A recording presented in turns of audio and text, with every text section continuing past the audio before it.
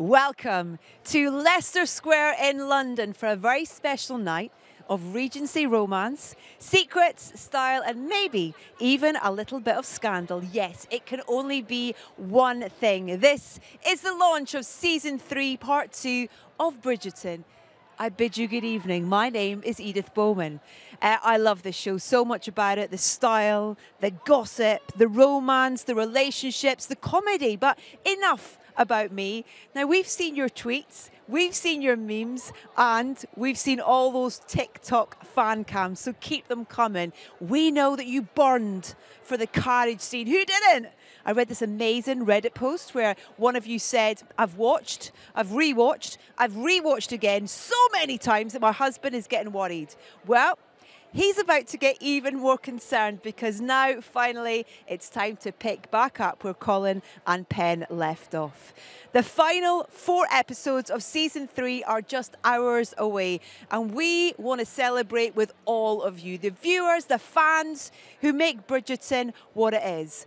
And what better way to celebrate than to give you a sneak peek of Episode 5 before anybody else in the entire world. That's right. We'll see the Bridgerton stars we love right here on this carpet. We'll meet up with them in the VIP room and then premiere Episode 5 in its entirety right here on Tudum. And we've made it so easy for you to enjoy the event. There are several buttons as you come on the screen that show you where you can go. For example, right now, we're hosting an extra special Episode 4 rewatch, complete with fun facts and behind-the-scene tidbits. You can get there by hitting the Watch Party button. We'll also be having interviews with the fans and stars right here on this regal red carpet until the premiere of Episode 5. And finally, fellow Bridgies, we also have fun emojis. You can be tapping all night long to celebrate. So let's see them now. Go on, you go. Yeah, good work. Okay, I love that. And to share in all our excitement tonight, it's Netflix's very own girl about ton. It's Gena-Mour Barrett. Where are you, Gina? Where are you, Gina? Hello, Edith. I'm close by. I'm close by. Hi, Edith. I'm close by. I'm with you. Good evening to Bridgerton fans right here and all around the world. I've had the privilege of meeting members of the Tom previously, but tonight is particularly special because the moment we've all been waiting for is finally here. All night, we're going to be chatting with all of you at home, watching, and with this lovely lot, here's some people here. We'll have Bridgertons, Featheringtons, even royalty joining us as the cast of Bridgerton walk the red carpet here in London. In fact, think of tonight as your ticket to the most exclusive ball of the season. Everyone's here, all glammed up, and we cannot wait to hear what they all have to say. We're going to ask the stars your questions, so be sure to throw them in the chat here on Tudum. And this is where the cast will be arriving in just a few minutes' time. I cannot wait to get the scoop on what happens next in this incredible series. And as Lady Danbury says in Part 2, who needs fresh air when there is fresh gossip? Very true. Now, Episode 4 finished on a cliffhanger with Penelope and Colin finally getting together. Didn't you just love that bit? It may have taken Colin a minute to realise his true feelings, but after he did, well, Lord Debling never stood a chance. As you fans have been saying, Penelope might have fallen first, but Colin fell harder, as he should. And we have 4 episodes to go and loads of obstacles to overcome if they are going to make it to happily ever after. But first, let's talk to a few fans about the season so far. Hello. Hello. You all look absolutely fantastic. I'm absolutely obsessed. So how much have you enjoyed the first 4 episodes of Season 3? It's been, the level of rewatch in my house is off the roof. I think what I appreciated the most is like the female gaze that Jess has brought to this season. It's been absolutely amazing and I cannot stop watching. It's a problem. Well, my problem. It's fine. We've all got the same problem. Do not worry. Totally fine. Totally fine. What have you made of Penelope and Colin's road to love so far? It's not. It's been a little bit of a bumpy road, but I think the bumps were important because it brought them together in a stronger way in the end, and I think that they are going to be so strong moving forward. Me too, I agree. They've been friends since childhood, obviously, but do you think that makes their bond stronger? Yeah, I mean, I completely feel like Penn in the situation. My husband was my best friend. It's the best foundation for love, there's no doubt. It's absolutely amazing. So what's been your favourite Penelope and Colin scene in Season 3? Season 3, my favorite scene is the willow tree scene right after their first kiss. It's super awkward, but it's very relatable for anybody in real life. And I think it's so adorable just to watch them try to figure out how to connect with each other after this awkward moment. Yeah. Absolutely. Colin teaching Penelope how to flirt, that was a lot of fun. How do you think that she did? I mean, she tried, God bless her, but I think at the end, he loves her for who she is, and that pretense just goes away. So he's the one for her, she's the one for him, so it doesn't matter. Oh, that was beautiful. I agree. And as we all know, Pen is keeping a huge secret from Colin. Do you think their love is strong enough to last? Oh, absolutely. This is something, they have such a strong foundation. They've known each other since they were kids, and something like this is not going to derail them. They're easily going to be able to work over a bump like this and be stronger than ever. Absolutely agreed. Thank you so much. You all look phenomenal. You look amazing. Thank you so much, darling. Thank you so much. Well, there's certainly going to be a few twists and turns ahead for Colin and Penelope, but they aren't alone. Will either of the Featherington sisters produce an heir? Will Francesca finally get some peace and quiet? Will Violet Bridgerton finally have her garden tended? We'll be speaking to each and every one of them a little later, so stick around to find out. But before any of that, let's see if there are any clues as to what the future might hold in the latest Bridgerton trailer. And brace yourself, because it is dripping with drama. Dearest gentle reader, last night an announcement came with great speed. Mother. Oh! I'm delighted for you both. Colin Bridgerton, betrothed to Penelope Featherington. Who needs fresh air when there is fresh gossip? Oh, and every eye in the town focus on our upcoming nuptials. Always loved you, Colin. There is nothing that makes me happier than being with you. You have not told him, but you always will. Louis, please do not tell him. He will find out. Congratulations. But you must admit it's all rather sudden. I have known her a very long time. But perhaps it did all happen rather swiftly. It's swift because you... Are you going to duel with your own brother? Or... To the match of the season. Here is to truly knowing each other completely. Pen, is everything all right? What are you all this ink? Have you been writing? Yes, letters. Until he knows the real you, he cannot possibly love you. Colin cannot discover my secret. Whistledown is power. If it's too difficult for you to reveal the truth, I will reveal it to him myself. Is there some secret you were not telling me? Colin, I can take care of myself. Then what good am I to you? While most seasons of our marriage, Mart, follow a pattern, this season is surely a surprise. Your duty is to cater to Mr. Bridgerton's dreams. What about my dreams? Ladies do not have dreams. They have husbands. Gossip as I might, this author cannot tolerate a lie.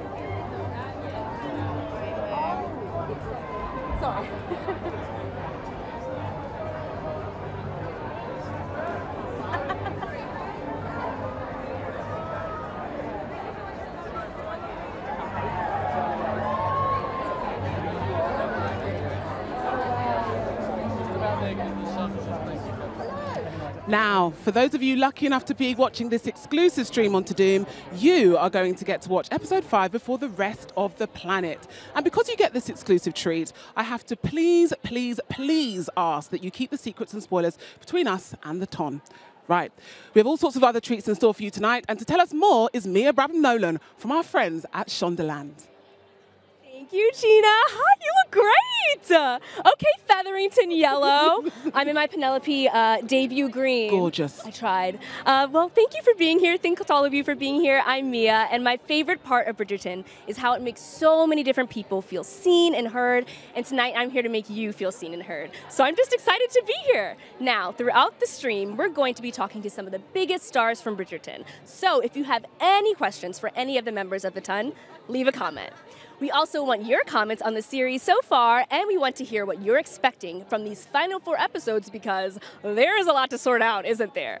But first, let's tackle some serious matters. So I'm chronically online, maybe not as online as Nicola, but I saw this amazing game called What's Your Bridgerton Name? So I think we all need to do this right now, right away. Let's do it. So step 1, follow along with me. You choose Lord, Lady, or Liege. Step 2, add your first name. Step 3, add ton to the name of your pet, or if you don't have currently have a pet like me, you can choose one you had as a kid.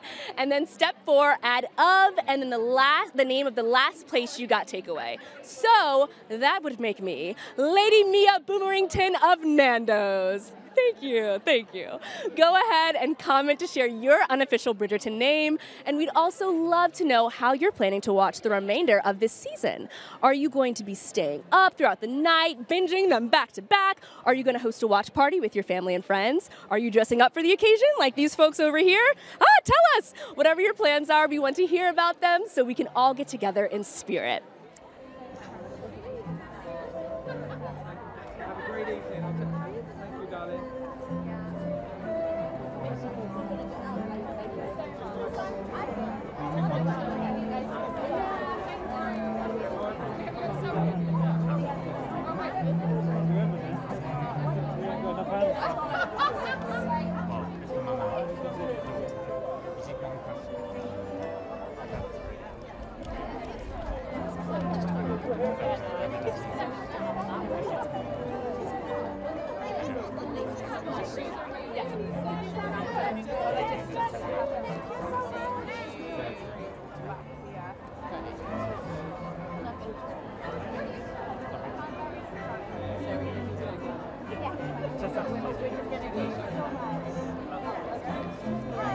I'm gonna go and grab Jenna.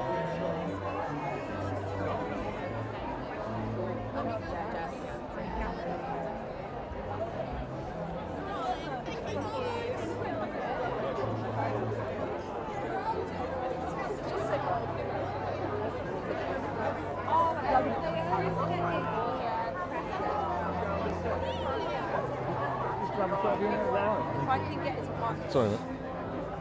Sorry, mate. Yeah, of course,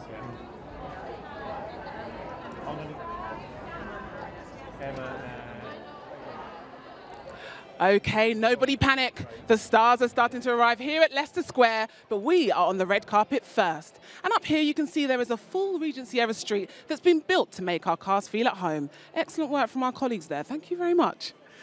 So, don't forget, an exclusive first watch of episode 5 is coming right up for you lucky to Doom viewers. And there's one question that's on my mind. Will the secret of Lady Whistledown finally be revealed? Hello, Mia. I don't know about you, but I feel a little bit underdressed compared to this lovely lot. What about you? I know, right? It looks as if there's some members of the ton here this evening. Hello. Everyone is looking absolutely fantastic. You must have spent a fortune at the Modiste. Am I right? Yeah? So, question for you, Chelsea. If you had to summarize the first 4 episodes of season 3 in just 3 words, what would they be? Ooh, I'm going to say bougie. I love it. Awkward. And saucy. That's so good. Saucy, yes. Great words. Outside of Pollen, there are lots of other stories to explore in the ton. Do you think Eloise and Penn will ever be friends again? Oh, it breaks my heart. I really want them to, but I think it's too far gone. The damage is done, and I just don't think Eloise is going to forgive her. Afraid you might be right. I'm scared of that too. I know, so sad. If you could give either Colin or Penelope some advice at this point in their journey, what would you tell them? Ooh, I would say Colin needs to really make a move and just get on with it. And I think Penelope, she just needs to own how gorgeous she is. Yes. Recognize that she is a stunner. Impeccable. If you could be any character in the show, who would it be and why? That's a hard one. Oh, there's a lot of really good characters to kind of bite into. There's just, I'd have to say the Queen. powerful, she's subtle, she's got great bombastic side eye. And she runs it. She runs it. No one can mess with her. She's the ultimate. Even Lady Whistledown's a little bit nervous. I think I'd go Queen. I didn't think I'd hear bombastic side-eye tonight. Thank you, that's fantastic. Thank you for chatting to us, and I hope you enjoyed the conclusion to Bridgerton Season 3. Thank you. And for those of you watching at home, we want to know what your favorite Bridgerton character would look like. So would you be the strong and silent type like John Sterling, brash and bold like Cressida, or a free spirit like Benedict? Let us know in the comments. You must tell us all about your adventures. Yes. Upon your return last season, we'd heard all about your toil across the Mediterranean Sea by the time we broke our first fast. Indeed. Under what foreign sun did you apparently get so sturdy? I was nowhere and everywhere. I shall not bore you with details. I must know, who are you? What have you done with our brother? This time away was exactly what I needed. It has given me some sense of proportion. I should like some proportion. We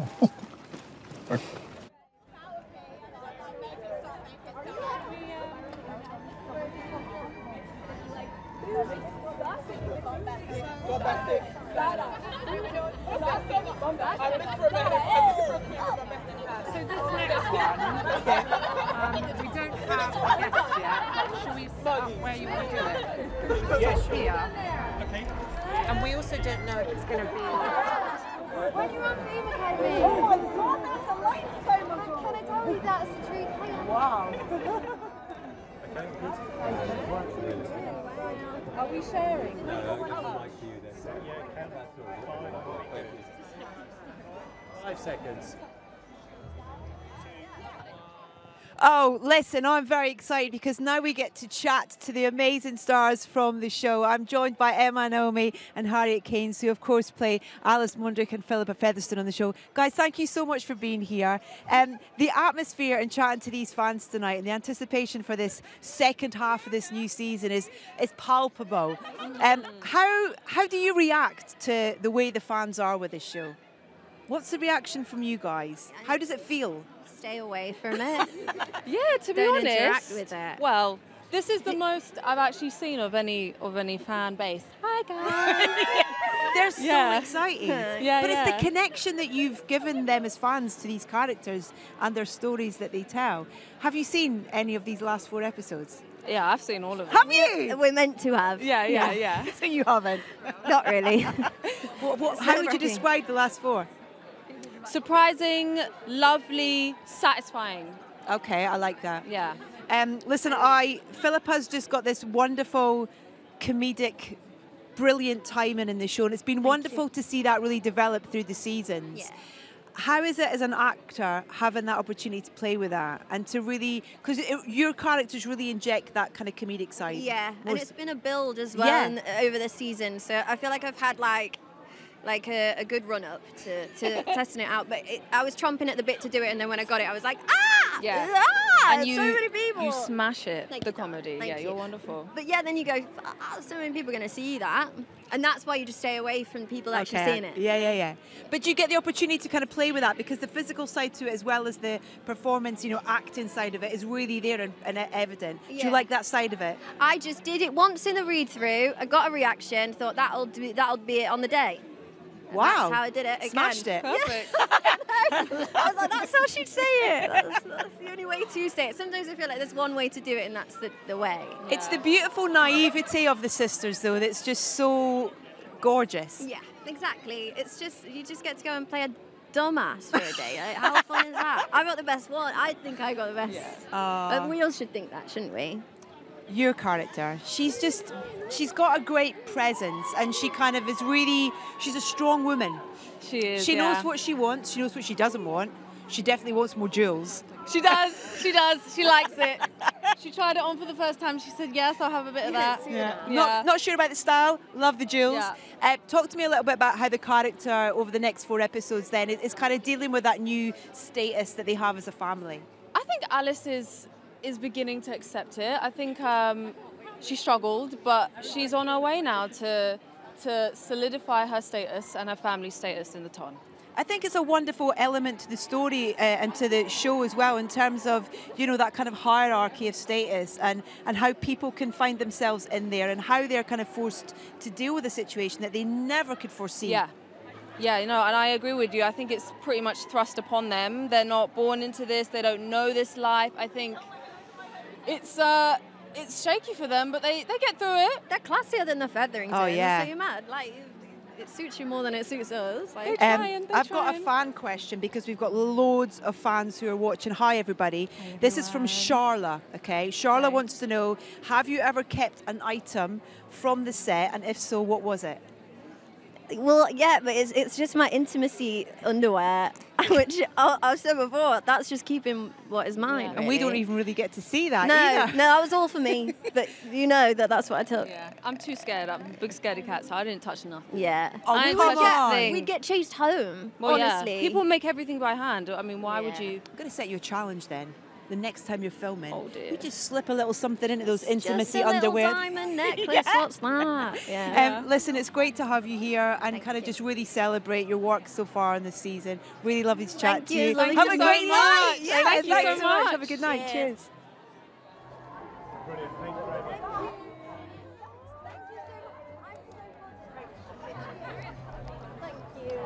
So you and Kev.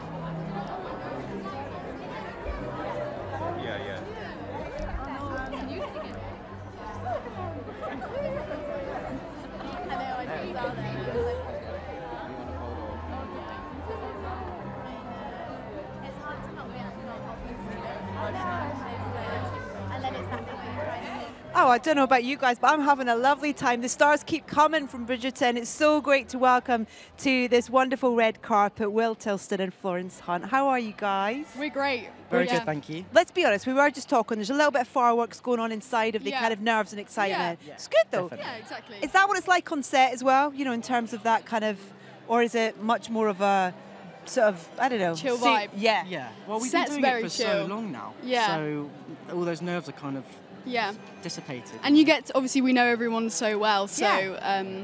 so yeah, it's set's great, isn't it? Yeah. Such a nice, unique thing about this show, isn't it? The fact that you guys, as actors, have had that opportunity to grow with the show, and we get to see your characters, you know, evolve through different stages in life. Has that been a lovely opportunity for you? Like these things don't come about often, and you're lucky if you get to do something like this. And we've been so fortunate. It's like one of the We're first so things. lucky. Yeah. I mean, it's just such a unique. Like, what are we thing doing to- here? Yeah, Like, exactly. what are we doing here? I don't know. I love how, because the fans love the fact that you're almost like their eyes behind the scenes. Oh, yeah. You love sharing a Yeah. bit of behind the scenes stuff. Yeah. Has anybody been kind of going, you can't show that, Florence? Oh no, actually, No. you know what? No, yeah, everyone wants to do TikToks. Like people ask to do TikToks. yeah. Sometimes I'm like, guys, I need to sit down. No, but they love actually it. gotta sing Flo's sick of it. She doesn't even want to do it anymore. I'm sick of it. No, they're they love doing it, and thankfully I do too. So I just, you know, they direct it, and I just provide the camera. To be honest, So great. Yeah. Because I guess that's the thing that people don't realise is that, you know, we see this beautiful kind of polished thing, but the reality of making the show, there's a lot of downtime. There's a lot of time where you guys have to keep each other, you know, company and occupied and entertained. Exactly. And Yeah, stuff as well. a lot of random chats and very random. the clappy game that we do. The clappy game. The clappy game. Can we play that now, or is it maybe a little I bit? can't. No? I can't remember. Well, it's like that, no chance. No chance. I mean... Get the cameras. Got the cameras. Talk to me a little bit about these last 4 episodes then of this season, you know, in terms of, because another thing about your character is how she's kind of almost able to, she clocks stuff that's going on before people. Why, how has she got this ability? I don't know. Ask the writers, honestly. Yeah, I think she just... Yeah. Don't even know. Yeah, don't know, ask the writers. Yeah, I don't know. They write it, I just play it. Yeah, but she does though. She always like clocks on. There's like this post of every season, every time someone finds their love match, I'm the like first person to like call it out, which I take no credit for. But yeah. Well, in terms of being the youngest kind of male in the Bridgerton clan kind of thing, it's kind of, you can almost see him kind of watching those older siblings and taking something from each of them. Talk to me about working with those actors and having that kind of on-screen family. Yeah, it's so great. I mean, it's started to feel like an actual family in real life because we're seeing them so often, and we've got the same dynamic as a family would, you know. And yeah, Gregory loves being in the limelight. Like, let's be honest. Like, but you yeah, got your first top hat this season, didn't you? Yeah, I did. Yeah. Oh, I can't tell them yet. It's coming. It's coming. Oh. No, trust me. It's like the biggest thing of the season. Like, Gregory's wearing a top hat. Did you not know this was? I've seen this one. Yeah, and there's the brain comment. Yeah, about I've seen. I've seen it. Oh, Yeah. breaking news! He's not in a sling anymore as well. Thank God. That was so annoying. Was it? Yeah. I mean, a working hand in a sling. What's the point, really? And at that point, Claudia had actually broken her arm, and Will was in a sling. Pretending. Oh my God. She Trying needed to the take swing. the limelight. Exactly. But it's great and it's exciting as well because we see these characters as well. They're rising to that kind of, you know, to that point where it's going to be really focused on them. So we're so excited to see where it goes for your character. Yeah, we can't wait. It's going to be exciting. Yeah. Thank you so much for being here. Thank It's really you. lovely to meet you. Thank you, and you. Oh, yeah, great. Thank you. Have a good night. Cheers.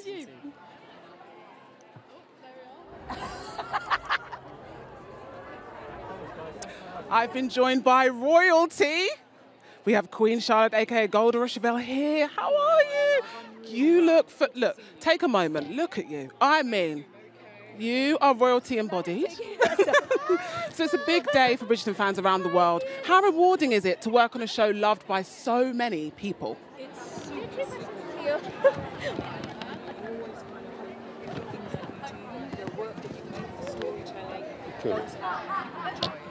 To have this, thank you, to have this enthusiasm and reaction to our little show that we were making in 2018, I think, 2019. Yeah, loved so much and so adored is amazing. It's amazing. Yeah, humbling. Queen Charlotte was a character created especially for Bridgerton. Who did you seek inspiration from when shaping her? That inspiration came from my mother. My amazing, amazing, glorious mother, God rest her soul. Yeah, she taught me everything about afternoon teas. I was dragged, screaming and kicking through lovely manor houses of our beautiful English countryside when I was younger.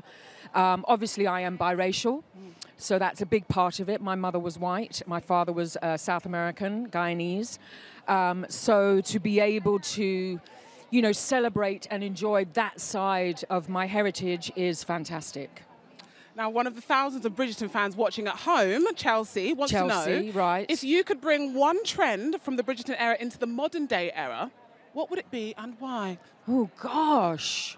I think we have so many that have been brought forward. I love the afternoon tea. You know, as I just said, I was brought up on that, you know, scones, jam, and now there's like controversy over do you do the jam first or the cream first, you know what I mean? So I love that we've taken that and kind of run with it in our own kind of modern special way. So I would have to, advocate for the afternoon tea. Golda, everything you do for Bridgerton and everything you continue to do for Bridgerton is excellent. Thank you. I just adore you. Thank you so so much much for talking to me. Mwah. Have a great night.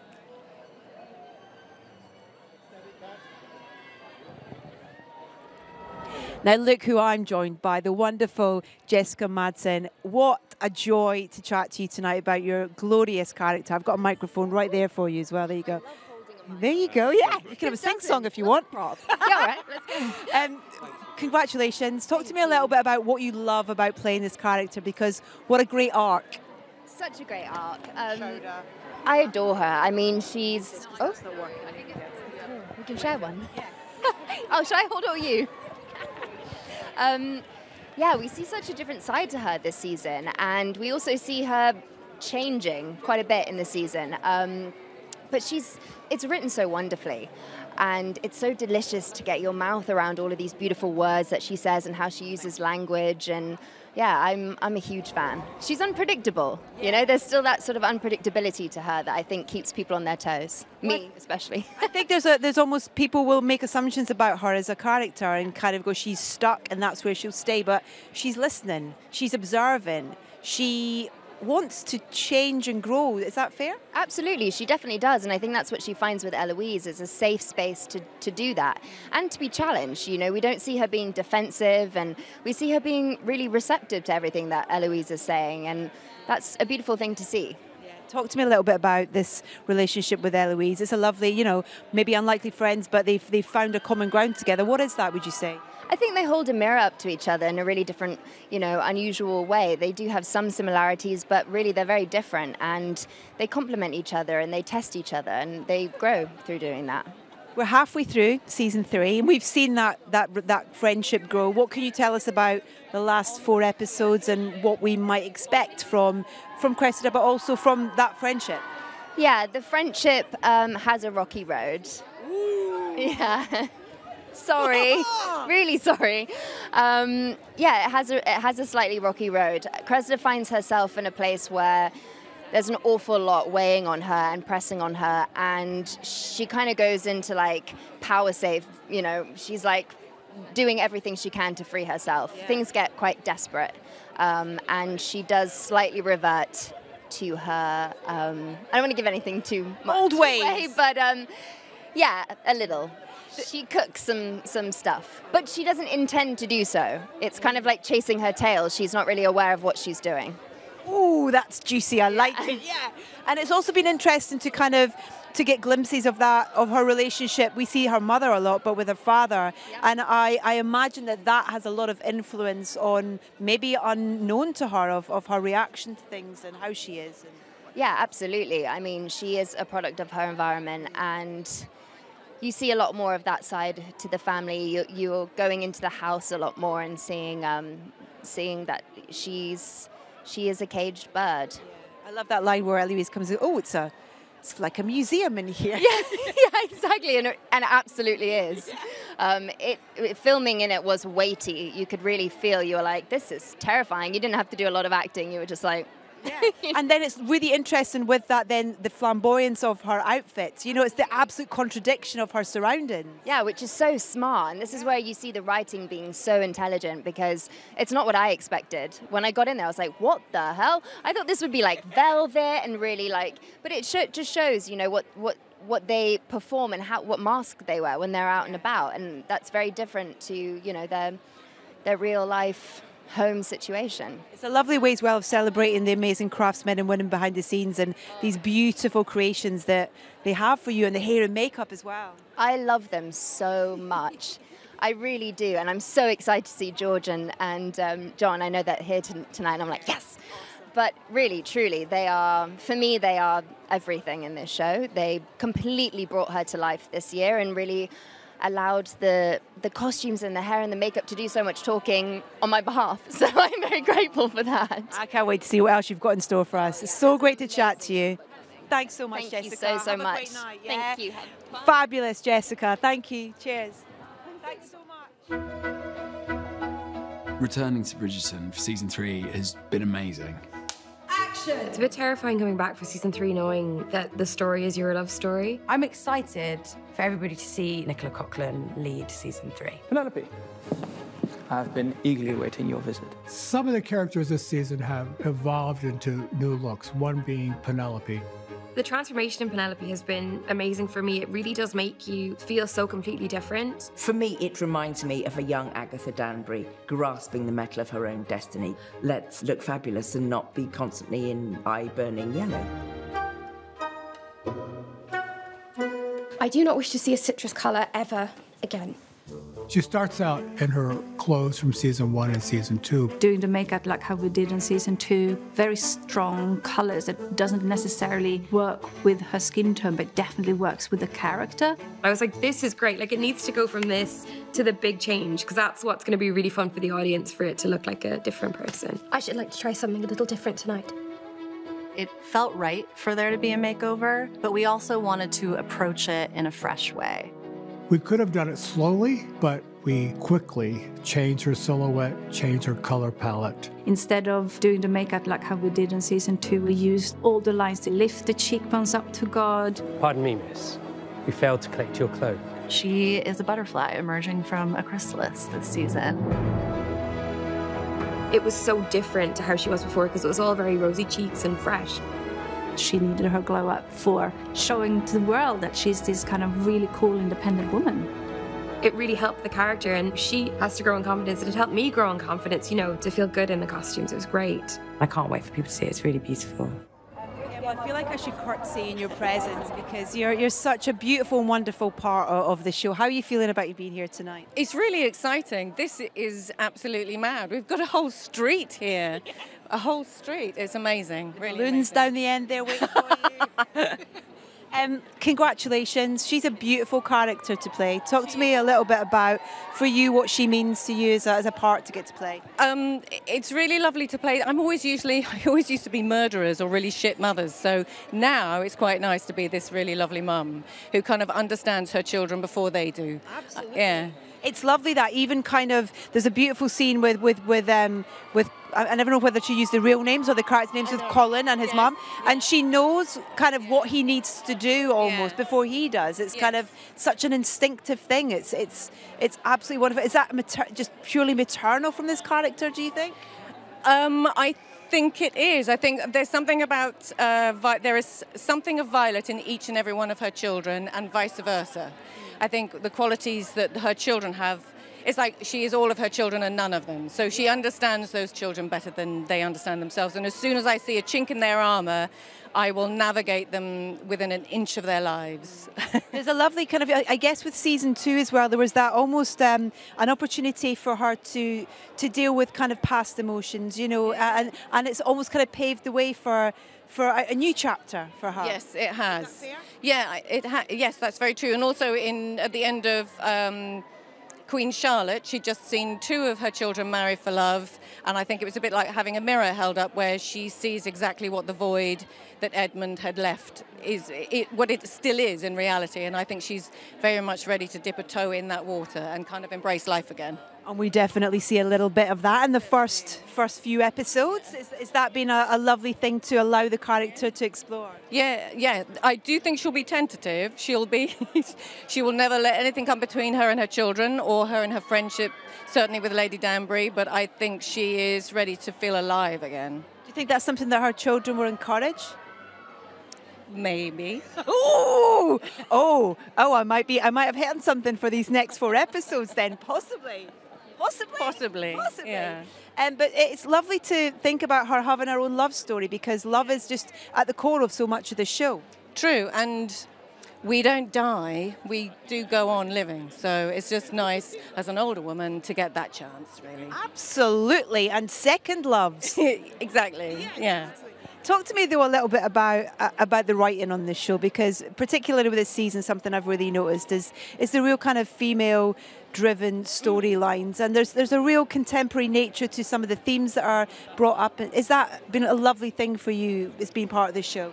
Yeah, it has. There are some scenes that I have with Adjua, who plays Lady Danbury, and I've always cherished those scenes because every time they write them, it seems to unpick a little bit more of that friendship, and that's really, really lovely to see, and it's fantastic to play with her. And then also, if you think about Penelope, she's the wallflower, and it's nice to finally step out into the light, and we've all been a wallflower at some stage. I certainly have, and Violet certainly has in the books, so you know, it's kind of nice to see that. Have you read all the books? I have. There are 9 of them.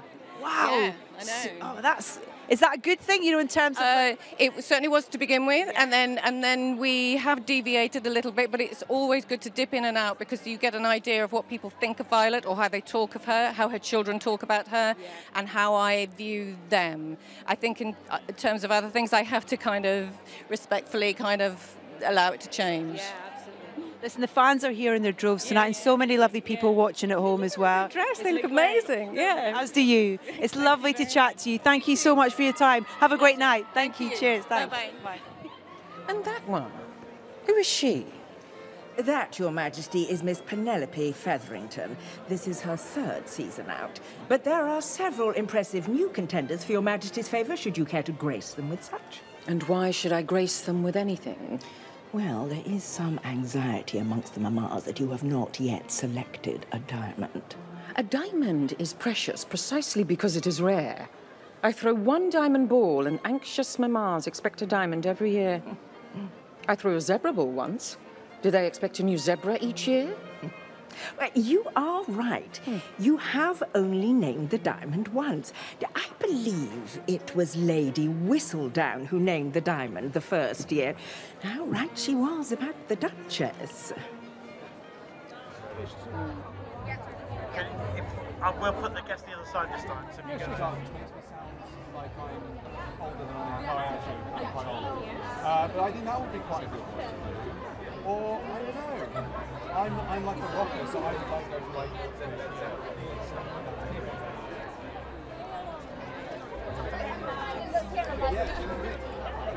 No red flags. I'm sure everyone will end up being also, we thought it was absolutely fabulous to see you being loud and proud about love this month, and we wondered what you've been doing to celebrate tonight. I'm yet to celebrate it.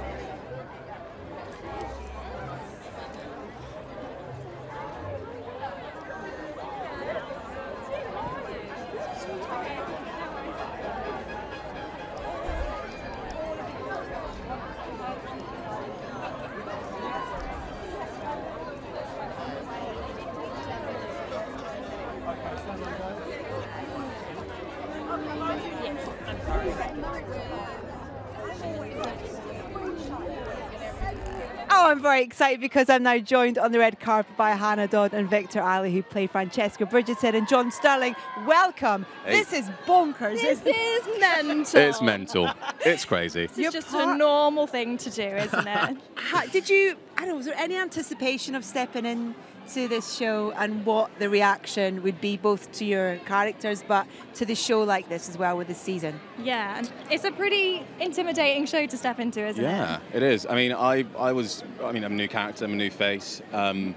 We're both quite new actually, so it was nice to sort of like have a newbie as well, and have that support because Hannah was great. An ally, new kids on the block. Just hold on to each other. It was just day. nice. It was nice, and she was incredible. I mean, she was amazing. Awesome.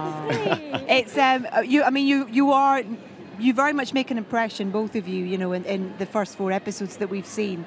What can you tell us about where we might go for these last 4 Go on, episodes? Hannah. He just said in the car he was going to do that. She's so good. I said I was going to do it anyway. I said I was going to push all the questions to her. Oh, God. It's copping out. Thank you so much for that. You're welcome. So sweet. You're welcome.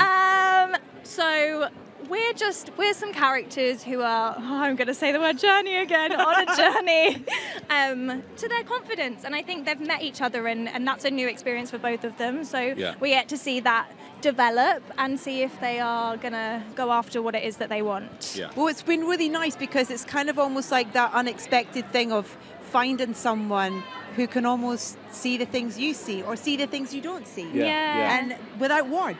And not needing needing to change each other, which is something that's what's really good because we're just so happy and we know that we're so different from the world, but we appreciate that. And people will tell us, this is odd and weird and this isn't true love, but it's our version of love. It's our version. And what the writers have done so amazingly is portray a different version of love. And whether it be sitting in silence, that's a version. And we love it. Running off and having music written for her. Stop it. The bar has now been set pretty high. That's the thing now. I think everyone's doing it now. I think it's a thing. I think it's a thing. It should be a trend. It should be for sure. And what about fans' reaction? Have you had a moment to kind of embrace the fans' reaction to your characters, or do you kind of keep that to the side in a way? It's been really lovely. Yeah, we did have a little chat like the first weekend, didn't we? And we were like, Victor, I think we did good. It's intense, but it's nice. I didn't know what the fans would how they'd react to me or to our love, our relationship. But it's been quite nice and positive, and it's really encouraging. And I'm really excited to sort of see the next episodes. It's so nice when you hear people say that they feel represented on screen and that is this like part of their story, or Yeah. now they actually like feel like their relationships are represented. So Yeah. What's it like on set? The funnest It's set so good. ever. It's like the best time. Like we're playing games, chatting, and especially the ball scenes as well. Like it's just when everyone's there, it's like a family reunion. It and really, really is. yeah, it's just everyone's just really nice. Yeah. Like Yeah. genuinely nice. Yeah. And so stepping into that was just like, Yeah. oh my gosh, like this is. If this is work, like I mean, I'm the know, luckiest boy ever. Like, Forever, do you know what I mean? Like, but no, it was just amazing, and everyone was so welcoming. And I'm sure with you as well, like everyone just welcomed you with open arms, especially the Most- family as well. Like, Yeah. it must have been so intense, like just overwhelmed of love. Like, Yeah, they really do function as a family as well. So, I cannot imagine not knowing any of them now. I just love them all so much. We all feel like we know them as well, even though we're just watching on a screen. Do you know what I mean? And that's down to your great performances as well. So thank you so much for being here. Thank Excited you. for these next 4 episodes as well, and enjoy tonight. Thank Thanks you. so much. Cheers. Thank you. thank you. Thank you. Thank you.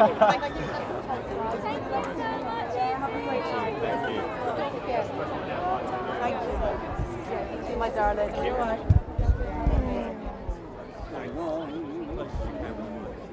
Sorry. Claudia and balloon. Or moving down to the balloon. Well, we could probably get one more out of the camera.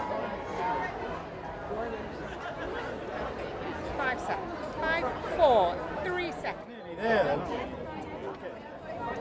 I've been joined on the red carpet by 2 brilliant actors, Adjoando, otherwise known as Lady Danbury, and her on-screen brother, Lord Marcus Anderson, played by Daniel Francis. Hello. Hello. You both, what a pair. You are looking refreshing in lemon. Thank you so much. Thank you so much. You're Just so for you welcome, two. Just for baby. you two. So what does it mean to see so many Bridgerton fans turn up in force for today's event and to really push the boat out in terms of their costumes? They all look fantastic. Everybody looks amazing. Everywhere we've been launching the season around the world, you know, the Bridgerton family is enormous and it is fabulous, and everybody turns up when they turn up. Yeah. Absolutely. Now, in part 1 of season 3, we're introduced to Lord Anderson, Lady Danbury's brother, Yes. who she doesn't seem overly keen on, does she? Hmm. Well, you know, as in many families, life is not smooth. Yeah. And have you ever heard about her brother before? In the whole, everything so far in the show? No. And there's a reason for that. Right. She has reinvented herself and she does not have a brother for a reason. So speaking of the fact we haven't heard of him yet, how much of a part will their relationship play in these next 4 episodes?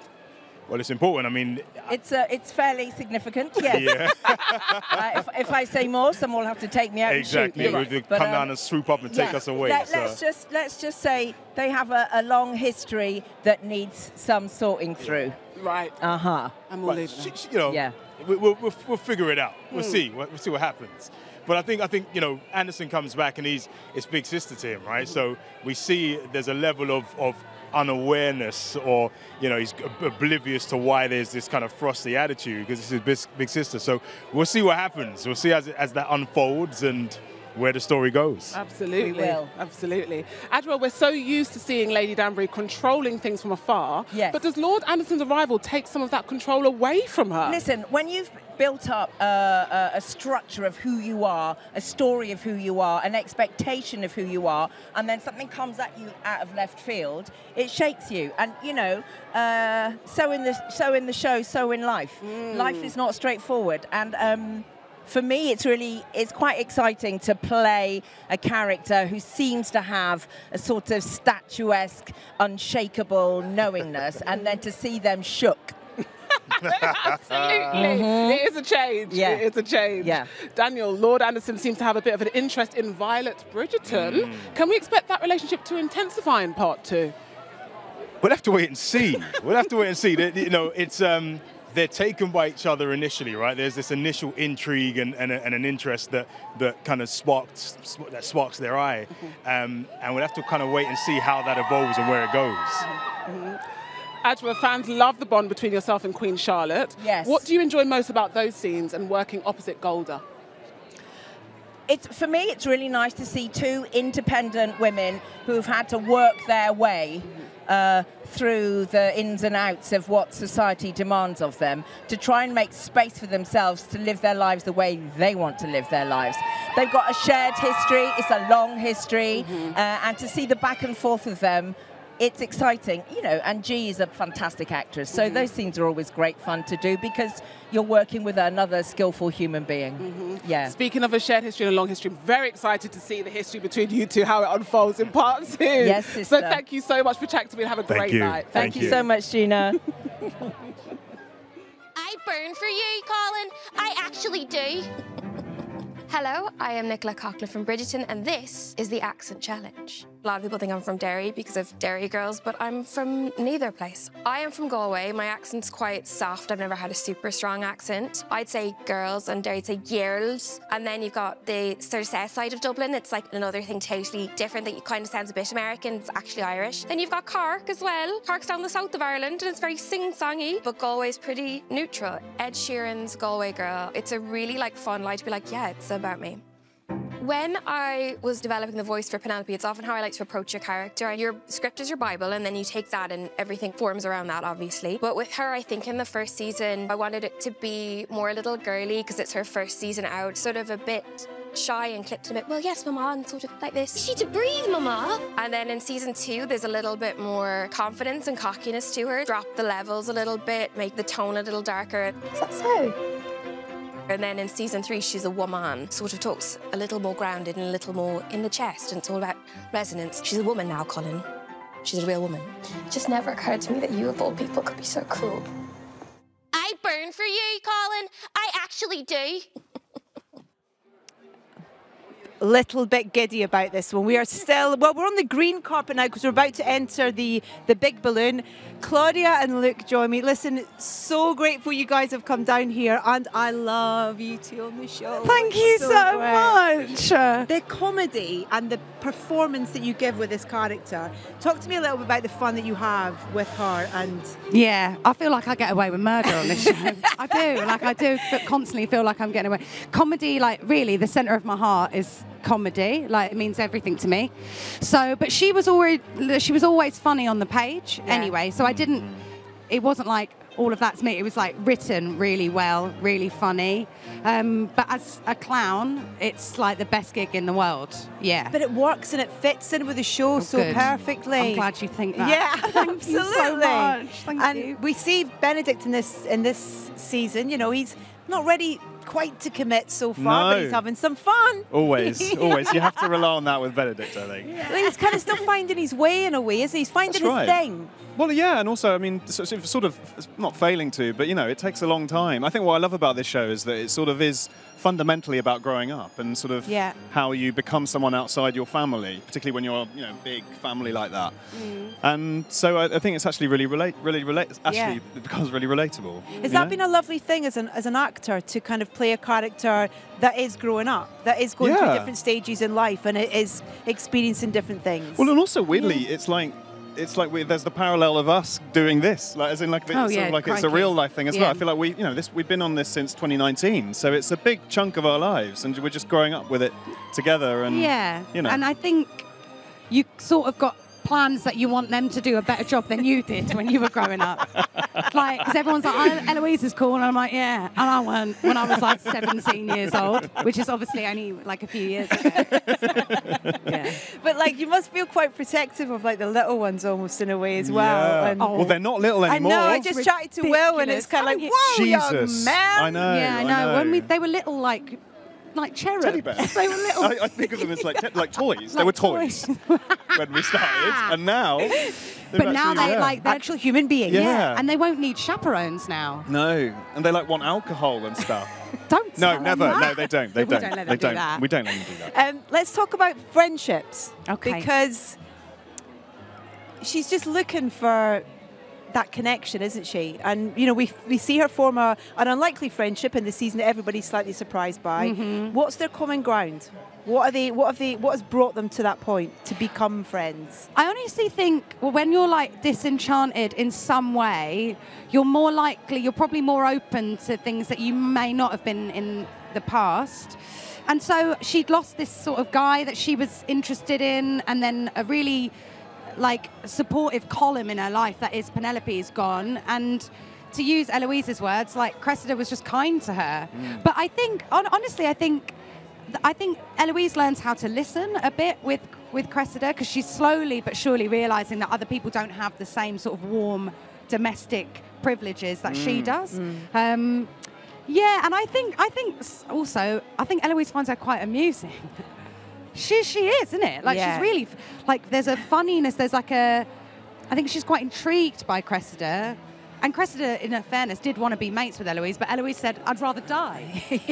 So I can see why she was like, "I might not go there a second time." But she did, bless her. It's the outfits as well. It's the kind of... my gosh, Cressida. Yeah. Those shoulders. Wow. Bigger and bigger. I mean, yeah. Bigger and bigger by the episode. I was just chatting to Jessica about it, and that idea that it's almost a contradiction to like her home life. Absolutely. You know, when you go, like it's like a museum, Yeah. and it's kind of like, and she's kind of coming out like a blancmange. It's just amazing. Yeah, it's so suffocating, her home situation, and then to have like literally bells and whistles from her head, her scalp.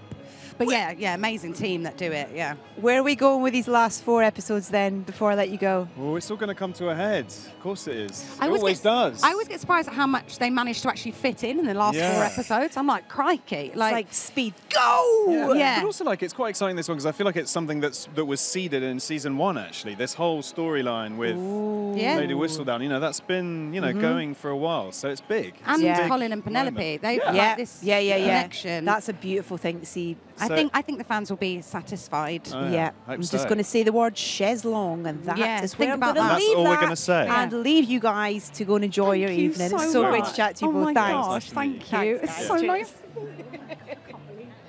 Now, as well as meeting some of the cast members who brought these amazing characters to life, we're also speaking to several people who helped bring the show to our screens. And that includes the woman I'm with right now. She is the brains behind incredible hits like Grey's Anatomy, Scandal, How to Get Away with Murder, and Inventing Anna. She's given us so much. It's executive producer of Bridgerton and the founder of Shondaland, Shonda Rhimes. Hello. Oh, you are fantastic. I'm so glad to be here. Shonda, tonight is a celebration of the beauty and the brilliance of Bridgerton. As we gear up for the release of the final 4 episodes of season 3, how are you feeling right now? I'm really excited. I can't wait for the fans to get to see the second half. I've heard a lot about how they were waiting, so I'm excited they finally get to see it. But I also just love that we're sharing it with everybody now. Yeah, and it's the season of pollen. So one of our Tudum viewers, Alejandra, has gotten in touch and asked, what do you think sets this couple apart from the other couples? You know, they're both people that we've known before. We've watched them grow through this series. So they're not like, it's not like we're introducing somebody new. We're watching old friends fall in love. Absolutely. Yeah. Absolutely. Now, I saw a TikTok comment, this is very important, okay, that said, I need the reality show, make my man a Bridgerton man, okay? That is not a bad idea. Think about it. What do you think makes the Bridgerton gentleman so special? You know, I think really it's the being of the time. The idea that they have all these ideas about what kind of man they're supposed to be. All of the manners, you know, manners make it the man. Like the way they dress, the way they treat women, the way they all know how to dance. I mean, come on. That's true. Yeah. Very important. Now, there are so many incredible characters in the show, but if you could step into someone's shoes for a day, who would it be? And why? I want to be Penelope. I always want to be Penelope. I mean, clearly I want to be Queen Charlotte, but being one, like having a story, and I'd want to be Penelope. Absolutely. Like, she's a writer. She's a secret writer. She's smart. She's fun. She's interesting. Yeah. Great choice. Well, I can't wait to find out what happens in the second part of season 3. But for now, a big thank you to Shonda Rhimes. Thank you. So great to talk to you. Bye. Okay. I'm here with executive producer and director of Bridgerton, Tom Verico. Hello. Hi, Mia. Tom. How are you? Thank you for coming. I'm great. How are you? I'm doing well. I mean, look at this. This is quite a festivity here. A hot air balloon. You got a hot air balloon. I mean, we can't be unhappy. It's perfect. So, I mean, there's such a great atmosphere here tonight. Look at this. Look at these guys. Amazing. Absolutely amazing. So, what do you think is the secret to the show's success? Wow, that's a loaded question. I think it's all the elements together. I think it starts with Shonda Rhimes saying, I think this would be a really good show. Yeah. Her kind of assembling the team and all of our amazing, talented department heads who execute these stories. And then, of course, this brilliant cast who really just bring it all to life. So it's got all the recipe of a very successful soup. Yes. Oh, soup. That sounds delicious right now. All right. So in seasons 1 and 2, what did you, Tom, as the director, add to the show? Like, was there a Tom hallmark that you kind of put on the show in any way that we might not know about? Well, I think there's probably a particular style that I do. I always look for, with the relationships, with whoever the love couple is of that season, those moment of connection. And I mean like hands. I tend to really kind of make a meal. In the first season, it was reggae. It was the Duke with the spoon with the ice cream. Those are they're little things that I find that people like those little particular details and really make a meal out of that. But really, those initial moments of touch that I kind of really enjoy exploring, and with our actors and with our camera, kind of bringing that to the forefront. Wow. 1, now I'm hungry. 2, oh my gosh, thank you for giving us the spoon moment. I mean, can we give it up? Goodness, that's amazing. So speaking of directing, you directed the pivotal final 2 episodes of season 3. Correct. So I know you can't give us that much, but what can we have to look forward to? Wow, that's loaded, because all I think about is what I cannot say. I think what you can expect is I think it's a tremendous payoff from what we've set up for this season with these 2 characters, with Colin and Penn, this relationship that so many people have invested in, and where they kind of come full circle in their relationship, how fully realized. I think there'll be some surprises in there, but I think everyone will be very happy. Ooh, we love surprises. Can't wait. Thank you, Tom, so much for being here. Thank you very much, Have a fun night. Thank See you you. inside. Thank you, guys.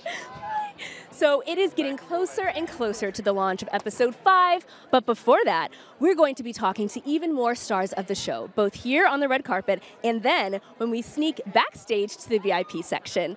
And we are loving all of your comments on the show, so please keep them coming. As more and more of our Bridgerton stars walk this carpet, don't forget you can drop an emoji in the stream to let us know what you think of their outfits. I mean, for me personally, Golda, chef's kiss. Am I right? Yep, that's fine. That's fine.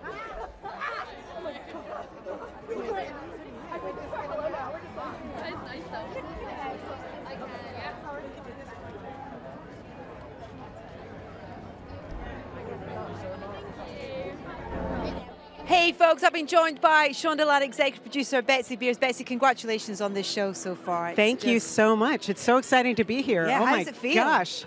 I'm in Bridgerton world, right in the middle of London, and it's current day. We're halfway through season 3. Yes. You've had the fans' reaction to the first part. Yes. How are you feeling about the unveiling of the second half of the season? I am so excited because I don't have to answer the question anymore, what is happening next? And I keep saying, it's coming. I mean, it's coming. So it's finally here, and I couldn't be more excited for people to experience what I've been able to experience for the past bit, which is how much fun and how intensely amazing the last half of the season is. It's that wonderful pull through that the show has, in terms of there are things that are almost planted in season 1 that we see kind of almost coming to fruition in this season as well. It's really, really kind of been beautifully thought out. Well, gosh, I hope so, because a lot of thought went behind it, and Jess Brunel did an amazing job writing this season. And yeah, I think I agree with you. I think there's so much about the story. One of the wonderful things about Bridgerton, and it being based in such a family, and that every single season focuses on a different Bridgerton child, is there always those threads that go through. And I also feel like this season is so special because 2 characters who we love and have loved over 2 seasons are experiencing the magic of a Bridgerton romance. Yeah. Have you got a favorite scene from season 3 so far? I couldn't say, because I would have to say that and then people would know it was coming, and I just want them to experience it without my ridiculously biased opinion. But also I would be here for 3 hours because I'd be saying every single scene that I loved. So I've also heard that you are a bit of a master with the table reads when it comes to doing the table reads. And I want to know, which character do you enjoy reading the most? Well, I don't read the character. Oh, okay. I actually read the stage directions. Oh! But yes, which is what I do. But that is a whole skill set in itself. It is. Because what you have to do, especially when there's stage directions of love scenes. I was about to say. And I'm going to say, I've read a few of those in my time. You might not be surprised. You really have to get into the zesty, intense romance and bring the spirit to the table read, so the actors the actors know that they're not alone. Okay. So that's always fun. And any action sequence, I find if you read it very fast and you scream a lot, it makes everybody at the table read very, very entertained. Oh, we all want to be at table read now, You don't should we? all We come to definitely- table reads. Yeah. It's really fun. We have great table reads. Music also is such a huge part of this show. It's been so clever the way that you have embraced contemporary music, but done in the style of, you know, the era, so It's to so speak. much. It's so much fun. The music. Chris Bowers, who's an incredible composer and who we're so privileged to work with, and has figured out ways of, just transforming the score.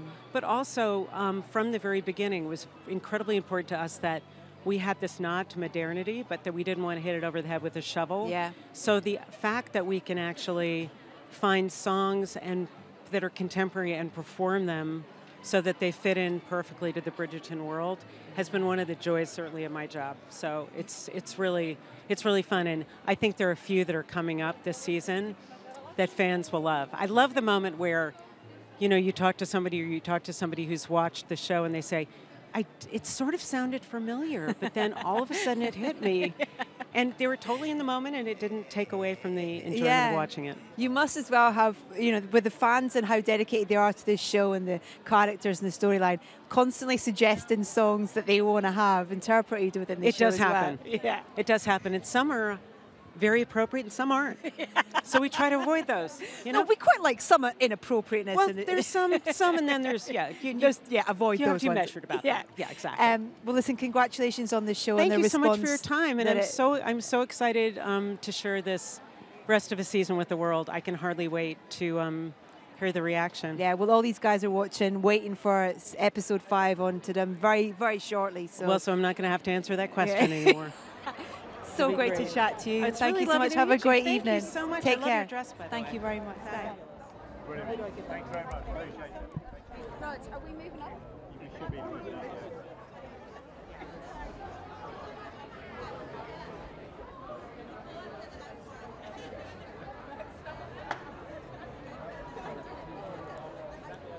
I'm here with some more Bridgerton superfans who cannot wait to find out what happens in the final 4 episodes of season 3. You might recognise them because I was making busy mates of them earlier. Hi, you look fantastic. So what's been your favourite scene of season 3 so far? I think it has to just be watching their love story and every episode, how it's just developed. And obviously in the last part that we've seen how it all came together. And now we're going to see what's next and find out, what happens next. Carefully worded there. You could work at Netflix. Well done. There are so many storylines that need to be resolved. Which one are you most intrigued by? I think it would have to be how's Colin going to find out about Lady Whistledown, and who else finds out? Is it just me, Eloise, and Colin, or we don't know? Yeah. If you could transport yourself into the world of Bridgerton for just one day, who would you most like to spend time with? Where would you want to go? Oh, it's got to be with Penelope. Like, she knows everyone, she knows everything, and she seems like the best friend that you'd want. You know, who wouldn't want to be friends with Penelope? Absolutely, that's a great answer. I asked Shonda who she'd want to be. She said Penelope. So you're on the right track. You're on the right track. Well, thank you so much for speaking to me. Have a great night. Enjoy.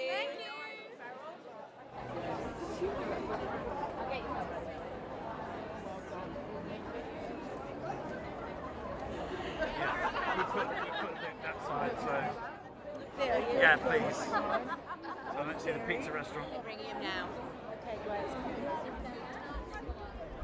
Can we put him that side? Yeah, if possible. Yeah, you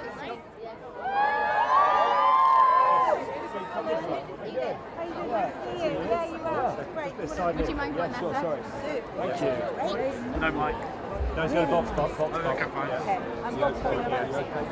3, 2, 1. Now look who I've been joined by, one half of Poland. Did you ever think that you were going to get this kind of, I guess, character abbreviation of these two names? Great, is it? You know that that's a thing now. Oh, absolutely. It was there even from the book fans before we started shooting, so I can't really take ownership of it, but I mean, it's definitely grown in size, the following for the couple, for sure.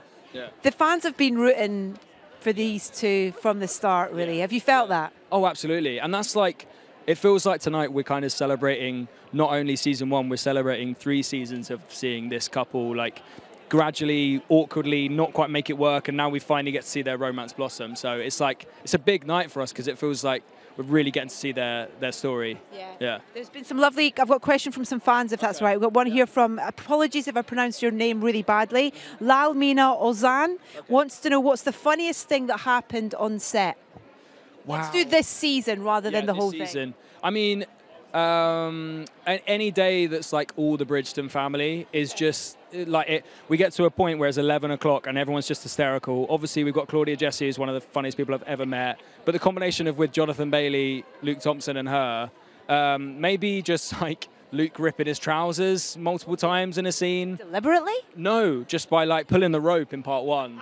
And I had a stretchy pair. It was tactical. So yeah, that was great fun. I loved it. It's been really interesting because chatting to quite a few of your co-stars, is the sense that it really is a genuine kind of almost like family vibe that you've all created from playing these characters over different seasons. Yeah, it really does. Like, particularly with the Bridgertons, we just feel like, you know, I've not got any older brothers, and Jonathan Bailey genuinely feels like an older brother to me. You know, he's not here tonight, unfortunately, but we got to check in yesterday, and he was just checking in how I'm feeling, and to have like this support between all of us. And the amazing thing about this show is that we pass the story on every season, and we get to showcase a new couple. So being able to do that to people that you genuinely really care about feels really special. So yeah. You and Nicola on screen, from the moment that we saw you two on screen together way back, there was kind of just a lovely chemistry and a lovely friendship on screen there together. Talk to me a little bit about that relationship off camera that you guys have formed. Absolutely.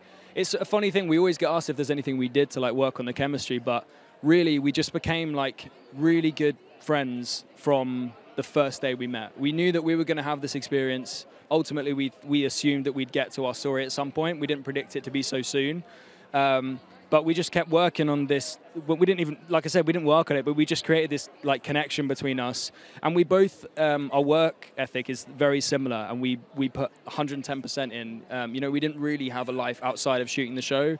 And now when we look back, it feels really worth it. At the time, it's a struggle. You don't see your loved ones and your friends and family. But yeah, now we look back and we go, thank God we gave everything to it. So yeah. We see this, the last episode that people have seen so far, halfway through this season, we see the proposal. Yes, I know. I'm assuming it's not an easy ride. No. Well, that's the thing, because viewers already know that there's the Whistledown secret. And I thought that might be the only obstacle to overcome in part two, but actually there's so much more. Like, it's not just with us, but like with every storyline that's going on, like it feels jam-packed into part two. I remember there was a point when I'd only been able to read up to episode 6, and I was like, hang on, there's isn't it? I was like, there's so much that happens in episode 7 and 8. How are we going to fit it into 2 episodes? But we do, and it's beautifully done, and yeah, the ending is really special as well. So can't wait. I know, it's not long now. It's the countdown. Yeah. Nicola's extraordinary in this, in terms of this character that we just adore and love, you know, and are really rooting for as well. Yeah. But she can be a bit naughty as well, and she sends you kind of lots of all the memes and all that kind of stuff. Yeah, I mean, I probably haven't spent as much time on social media in my life as I have this tour, because I've been connecting with it and trying to like see what's going on and what people resonate with. And it's interesting feedback for to know what people love about the show. And I think also that's the best thing about splitting the show into 2 parts, is that people really digested it and like focused on moments that maybe would be overlooked if we did all 8 at once. So yeah, the reactions have been incredible. What's been the thing that's made you kind of go, oh my God? Is there anything? Something to do with like the carriage scene stuff, the details. That people look into that. Oh, these guys! I mean, can you feel the energy behind you? They will find stuff that we're not even aware of, but it's brilliant, and we love to see it. Yeah, they see depth and stuff that even you guys don't. Yeah. They make us look like very detailed actors, even when we're not. Well, listen, it's been wonderful to watch you bring this character to life and what you guys have done with it. I'm excited for the rest. Thank you so much. That was great. Thank you so much. Amazing. Thank you. What a night we are having here in London, and there is still so much more to come. As well as that first watch of episode 5, we're also going to be sitting down with some of our favorite Bridgerton stars for an exclusive chat. So, if you have a question for any of the cast, now's the time to leave it in the chat.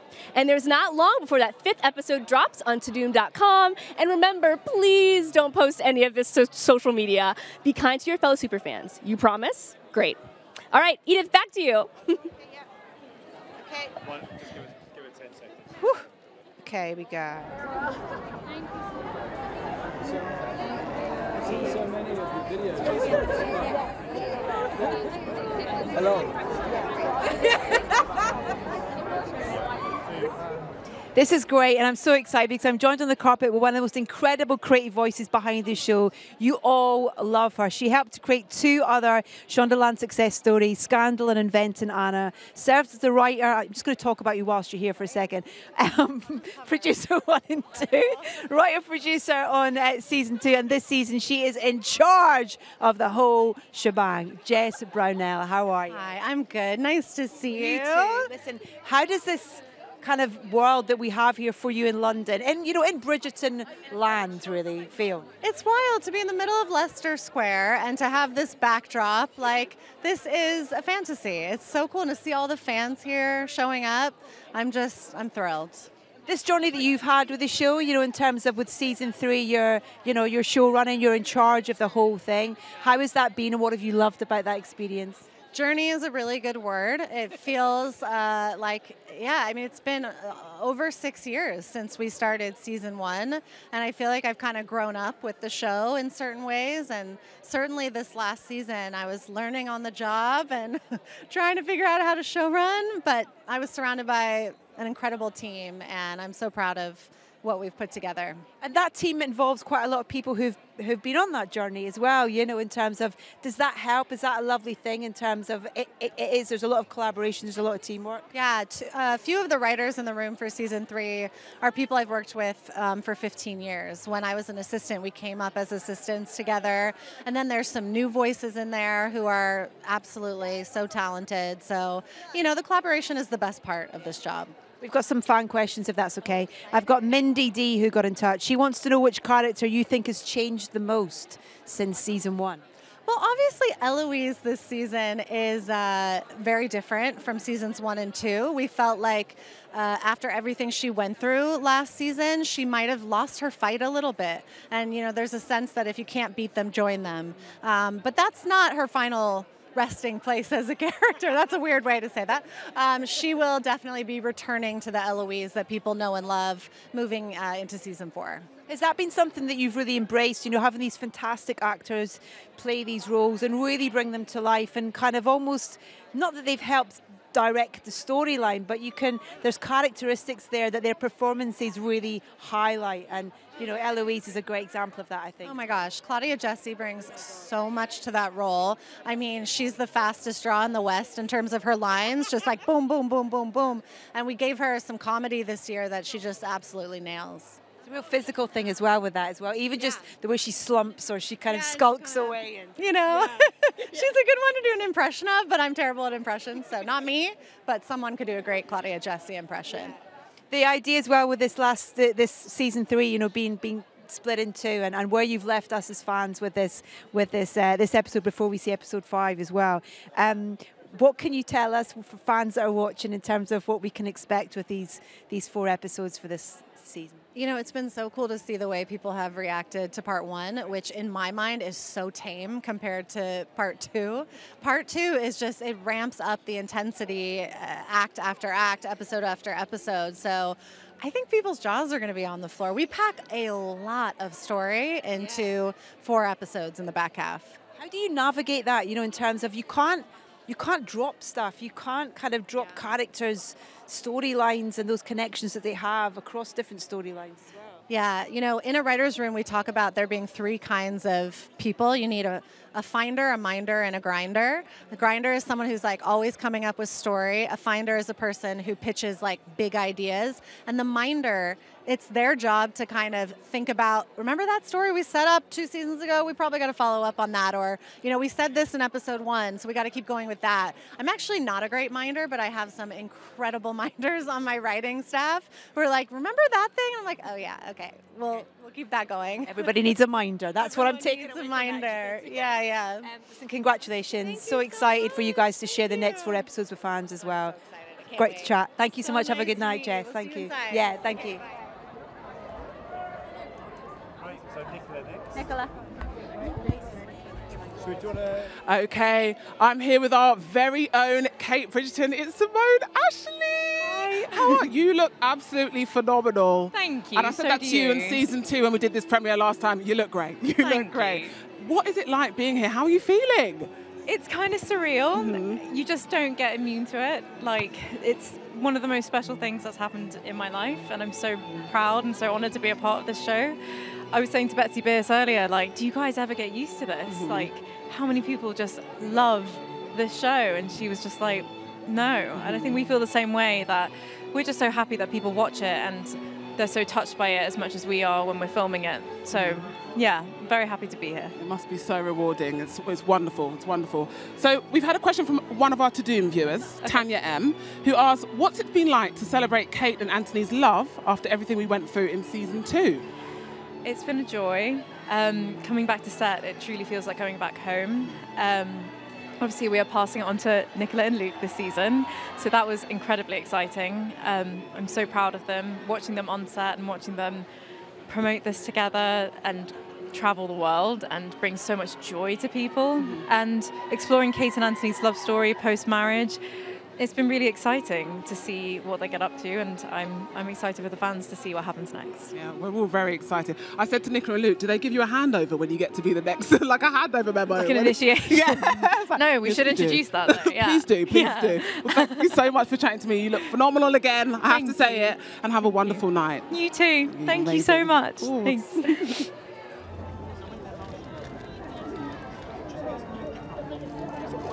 So, Alex, how worried are you for the future of Colin and Penelope with the shadow of Lady Whistledown hovering over them?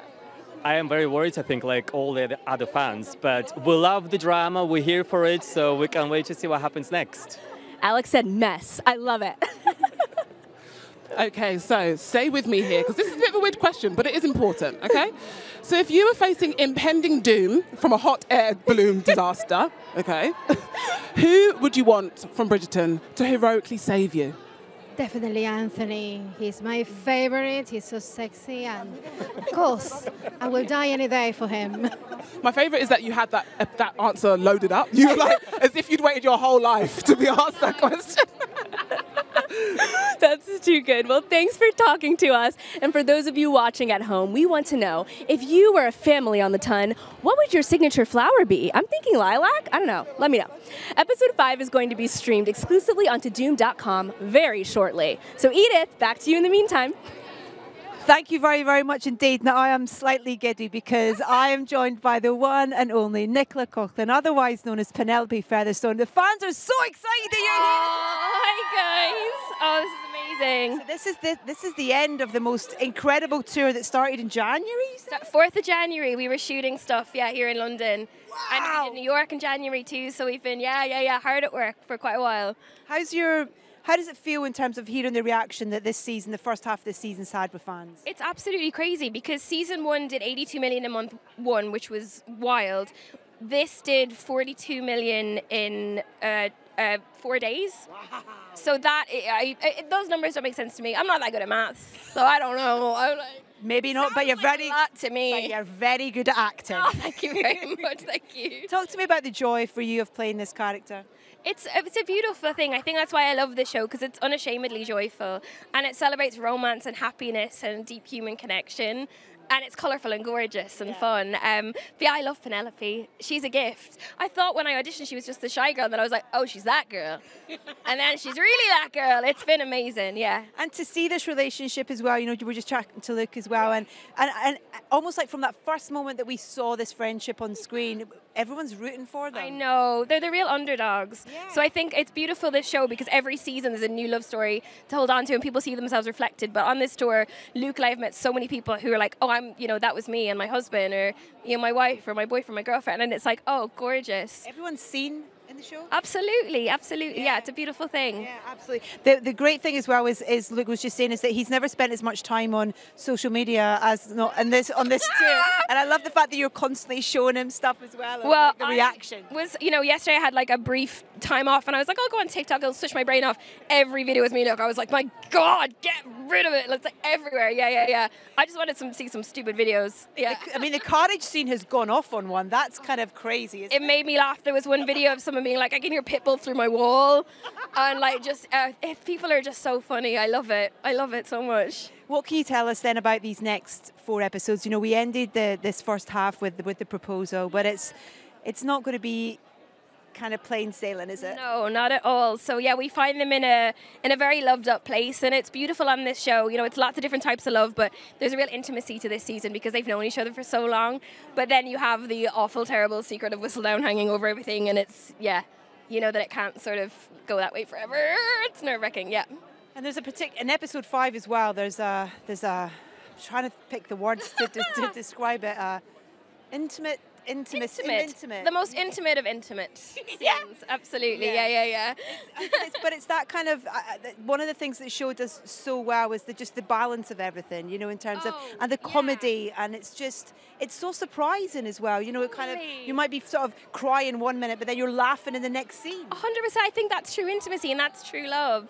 Is when you can have the deepest conversation and then laugh, and then it gets sexy, and then you go back to laughing, and that's I think what's been captured so beautifully in the script, and I hope Luke and I have, you know, done it well enough for the audience, yeah. For fans that are watching who are just about to see episode 5, what are you most excited for them to see, maybe for your character, for the relationship, for the show in these next 4 episodes? These new episodes are cracking. I'm obviously biased, but it's suspenseful, it's romantic. You really see them fall in love. You see them finally on an even pegging when they see each other and they finally admit how they feel, and it's gorgeous. But then there's the big old Whistledown secret also, I will hasten to add. Yeah. Then it's a big mic drop moment. Yeah, one of them. Listen, congratulations. It's really great to chat to you, and huge congratulations on the show. It's wonderful. So nice to talk to you. Thank you so much. Thanks, lovely.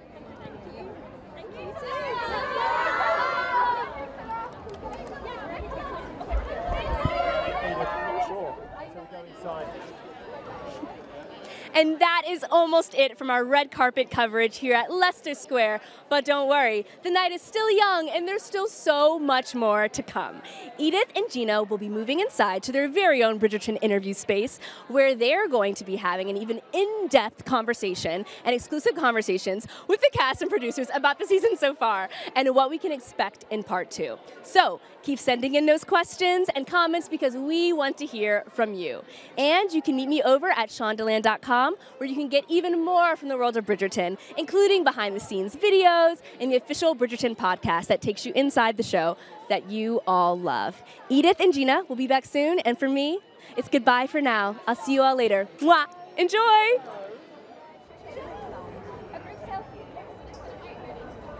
We'll come back. Thank you so much. Hello and welcome to our brand new interview space right here in Leicester Square. And I'm joined again by executive producer of Bridgerton and the founder of Shondaland, Shonda Rhimes. Hello. Hello, welcome back. Oh, it's great. It's been great being here. It's incredible, isn't it? So many great costumes. Everyone looks fantastic. Great energy. The fans have been amazing out there. It's just wonderful. Beautiful. So in just a few hours, the waiting will be over. Yes. And Bridgerton fans around the world will be able to watch what happens next in season 3. Finally. It's Yes. long awaited for them. What are you hoping they'll take from the next 4 episodes? Oh my God, there's so much joy in the next few episodes. I think there's some real big surprises for people as well. But for me, what I'm loving is we've watched these friends sort of turn into lovers. And what really is exciting is this season is about friendship. We're going to look at the Penelope and Eloise friendship. We're seeing that Penelope and Colin friendship grow into something else. It's exciting. Yeah, absolutely. I've read that you actually cried watching the final episode. I did. Yeah. I did. And you have to remember, like, I get to see these episodes a lot, so I probably saw the final episode 40 times. I think I cried 30 of the 40 times. Wow. Yeah, like it's just moving. It really moved me, and I think that there's something really beautiful about watching Penelope's journey. Absolutely. So we're in for a bit of emotion then. We definitely are. Okay. So we've had a question sent in by one of our To Doom viewers, Carolyn, and she says, I read that Luke and Nicola didn't do a chemistry test when they got cast. So how did you know it would work between them? You know, I think we cast all our actors for their incredible abilities. So I don't necessarily know that a chemistry read, that the way people think of it, is really that necessary. What's more necessary is to know that you have versatile actors who are really into their roles and can do a lot of things. And both of them are tremendous actors. And also they got along right away. Absolutely. Now, Genevieve has also gotten in touch. She wants to know what Bridgerton scandal would have stressed you out the most in real life.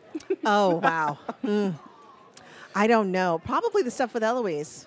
She sort of got herself into a lot of trouble last season, so that might have been mine. But also, you know, as a writer, the Lady Whistledown issues are big, very big. I'm not sure I'd be brave enough to write those things. Oh, absolutely not. Absolutely not. Season 4 has already been confirmed. Yes. So can you give us any hints as to what we have to look forward to? I can tell you that the writer's room is writing right now. And has been doing a tremendous job. I cannot tell you a single thing about what they're going to see because that's breaking Bridgerton code. It's also breaking Netflix code, so I totally get it. Yeah. And Shondaland rules. And Shondaland, we're breaking all the rules. We're Yes. breaking all the rules. Well, thank you so much for joining us, Shonda, and have an incredible night. Thank you. Oh, thank you for being here. This is wonderful.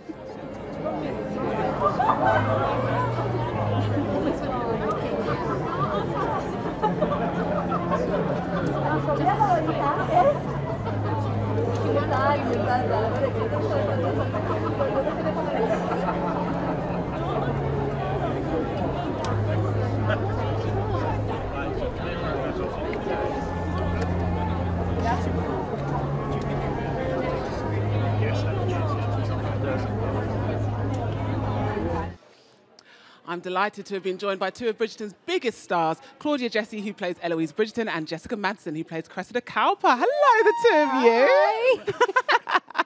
Phenomenal. Now, Claudia, let's start with you. Tell us about the development of your character in season 3, because you've got yourself a new friend, didn't you? Yeah, don't know. Yeah, I feel Eloise finds herself, it's sort of like the definition of a rock and a hard place. She's got Colin, who she's trying to protect. She's got Penelope, who she's holding this huge secret for, and then she ends up getting shown a lot of kindness by, someone she told she'd rather die than hang around with in season 2. But I think, Ouch. Yeah, I think when you're sort of feeling like sort of disenchanted by things that are going on around you, maybe you are more likely to, I don't know, try something you wouldn't have before, but I think they really serve each other really well. I think their friendship is really good for each other. Yeah, I love it. And it was great for me and Jess as well. Yeah, it was Selfishly, the best thing for me. It's great for us. Jessica, could Cressida's friendship with Eloise be transformative for her? Oh, hugely. It's the first person who's shown her kindness and a safe place. You know, I think she feels that her time with Eloise is super safe and she can say whatever she wants and not be judged or criticized, but be challenged. And I think she's hungry for the challenge. She does want to change and she does want to learn, and she sees that so much. And I was going to say in Claudia. She sees that so much in Claudia. Jessica, we'll stay with you. How much have you enjoyed the motivations of Cressida's character coming to light this season? That she wasn't born a mean girl, she became one through circumstance. Absolutely. I love Jess, our showrunner, for giving this opportunity for me as an actor, and also to see a character in a really different light. I think we see so many, quote-unquote villains and mean girls, and it's really changed that and given it a different essence to why. We're looking at why this person is the way that she is and how she's become that. And that there is a chance, a chance for change and growth. Absolutely. Claudia, something tells me Eloise is going to have a big part to play in whether Penelope and Colin's love story ends well. Is it fair to say that your character's relationship with Penelope is almost the second love story of the season? Yeah, I'd say that's very fair to say. With so many of the romantic stories in the show, many shows, it's all because it's they're not telling each other how they feel. There's this push and pull and will they, won't they sort of thing. But when you first met Penelope and Eloise, they just waved to each other across from the square, and it was instantly this really pure, cute, beautiful thing. And I do feel like in this series, Peneloise, if you will, it's a real big column in this show, I think. And but they're in a tricky situation. I don't want anyone to lose hope, but it might take a little bit of work. Yeah. Which is real. Yeah, Yeah, you know, exactly. That's life. Some That's things life. do have to fall apart a bit. Indeed, yeah. You've got to break them down to bring them back up. Bring them back Sometimes. together. Yes. Jessica, Cressida was rejected by Prince Frederick in season 1, missed out on a potential marriage to Jake Featherington in season 2, and is now seemingly not Lord Depling's #1 choice in season 3. Well, rub it in. Imagine being listed all your dating failures. On telly. I'm so sorry. I'm so sorry. Is her luck going to turn anytime soon, please? Oh, it's a very good question. We don't see her luck turn this season round. No, we don't. But I have hope. You know, I like to think that there is a place where Cressida will find someone. Fingers crossed. Fingers crossed. I'm keeping my fingers crossed for all situations. Love, relationship with Penelope. We'll see. Well, thank you so much, and we really look forward to discovering what's going to happen next in the second part of season 3. Exciting. You both look great. Thank you for chatting It's nice to me. to see you again, both. Thank you. Thank you. And Eloise? I do not understand this new friendship.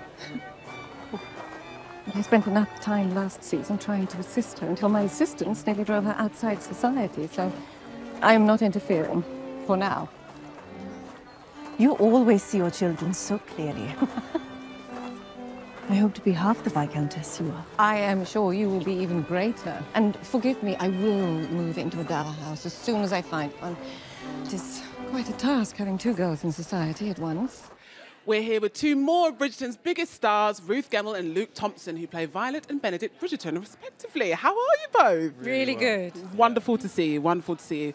So, Ruth, Violet has shown very little interest in finding love since the death of her husband, but season 3 introduces a new character, Lord Marcus Anderson. What's so special about him? I think they have a little bit of a meeting of minds. You know, I think she flirts a little bit. I think she enjoys a bit of that. But then they have a conversation about family, about children, about loss. He's lost his wife. I've lost my husband. And I think she is interested in somebody who has been through a similar journey. Yeah, absolutely. There's definitely some chemistry there. Yeah. Can we expect things to get a little steamy between the 2 of you? Well, I think we'll have to wait and see. She'll be quite tentative, I think, really. She's got her children to consider. Very true. Very true, very true. Luke, as well as the love arc between Pollen, your character has met a potential partner as well. Does Lady Tilly Arnold have some character traits that Benedict can learn from? Yeah, definitely. I mean, I think Benedict is attracted anyway to sort of people with that slightly outsider feel, like someone who has sort of like a slightly different way of thinking. So yeah, and actually I think that, I mean, without sort of going into spoilers, that really carries on to the rest of the season. I think she really confronts him with something by the end in a way that like no one has ever before, which is, just fun to play. Benedict has always been this carefree, creative character. But this season he proves that he can also handle very serious matters as a Viscount while Anthony is away. How do you think that changes his outlook on the future? Well, I think the problem with Benedict has never been what he can do, because I think he's sort of adept at doing lots of things. It's an inner thing, I think, is that I think he can't quite find his route, his centre. But he's very good at sort of going along with stuff. But actually, his journey is more of an inner one, I think. It's trying to find out why he's so restless, I guess, and what that's about. Well, we've been getting loads of fan questions. Yeah. So here's one for the both of you to answer. This is from Crystalline Joy. Okay. So she asks, if you were to choose a character you can spend a day with, who would it be and why? I'm going to go with you first, Ruth.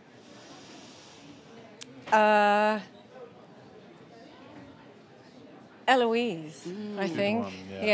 Eloise, and I think because sometimes Eloise is a mystery to Violet, and I think I'd quite like to get in her head. Excellent answer. I don't think I want to spend any more time than I already do. So, that's fair, actually. I'm going to say Lady Featherington. Oh, yeah. Because we don't interact at all in the show. No. Benedict and her, and so I sort of think like he'd be quite curious about her. I think. And he's, I don't know. She'll eat him for breakfast. You know. But good TV.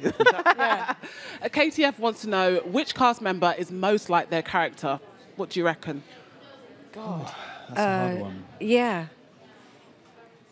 I don't know if any of us are like our characters. No, I we're not can't think of anyone. No, I can't. No, that's really rubbish. That's a rubbish answer. No, it's not at all. No. I'll tell you, but you're all just as gorgeous. You're all just as Thanks very gorgeous much. in real life. Well, thanks so much for joining us, and I Thank cannot you. wait to see what's in store for the next part of Yeah, season 3. excited. Both of your characters are phenomenal as well. Thank you. Thank you very much. Thanks for watching. You must forgive me for rushing off abruptly last time we met. It is only that I wanted to get you this.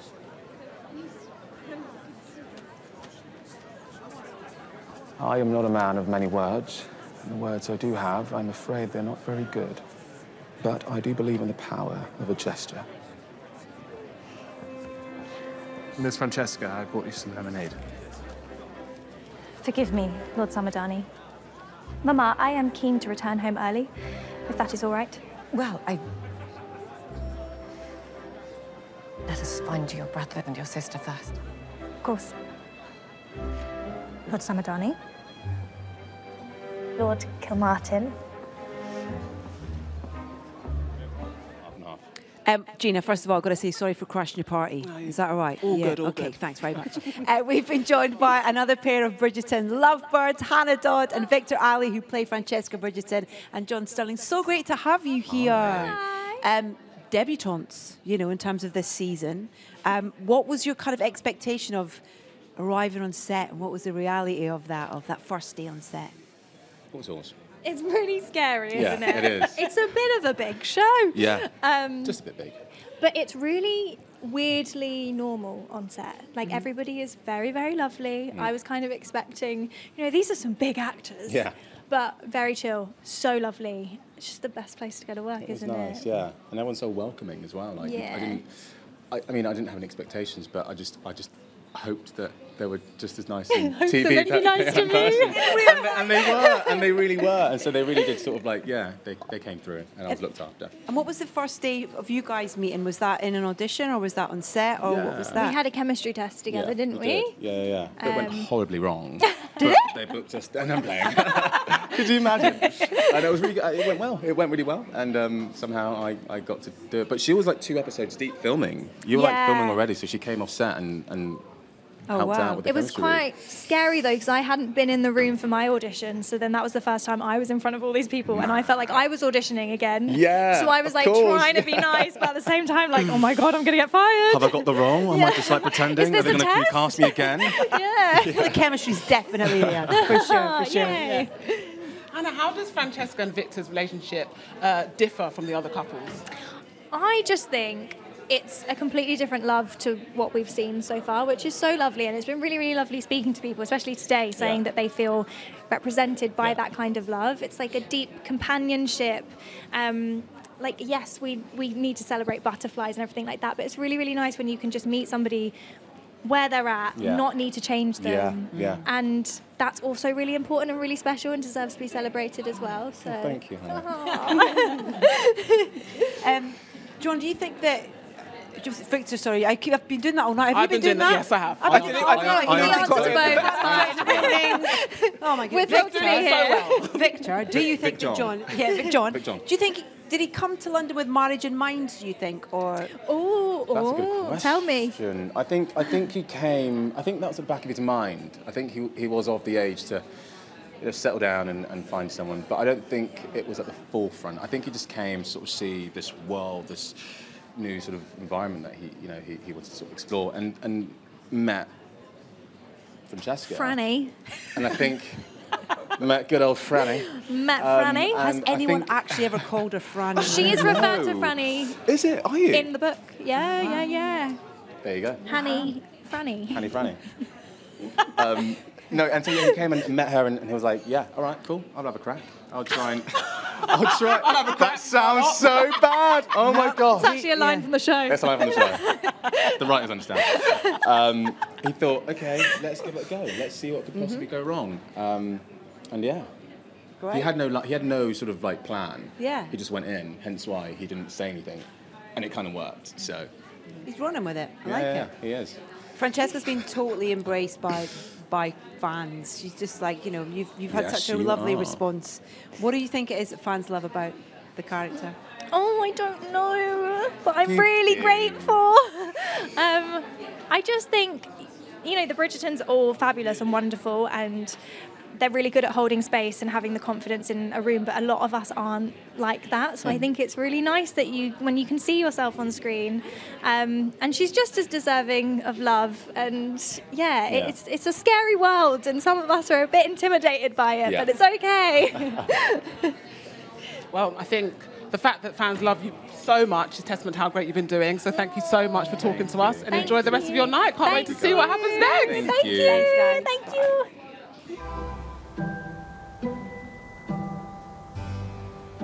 Your eyes, the most remarkable shade of blue. And yet somehow they shine even brighter when you are kind. I might say something like that if you were a suitor. Well, that was rather direct. Joining us now are the stars of Season 3's long-awaited love story, Nicola Coughlan and Luke Newton. Hello. It is so great to have you here. Thank you so much. Listen, this journey has been extraordinary for you two, you know, from the very first moment that we saw you guys on screen, but coming to the sort of front and centre of this story now as well. What's that been like for you? Yeah, it's been sort of a crazy journey from, you know, filming season 1 and seeing these sort of like teenagers try and navigate their way through society to now like taking center stage and doing a dance in the middle of the ball together for everyone to see. It's like a real, a wild ride. And it's been amazing. Like we've been doing, you know, working together now for like 5 years on this, and it feels like a moment to celebrate. Yeah.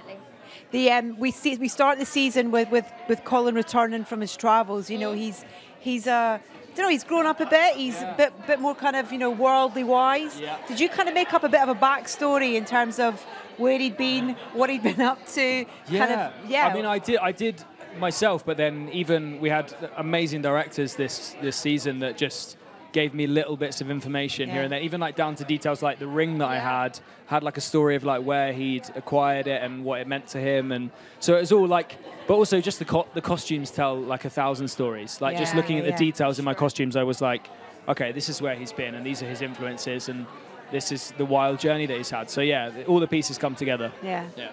Nicola, when Luke returns, Colin,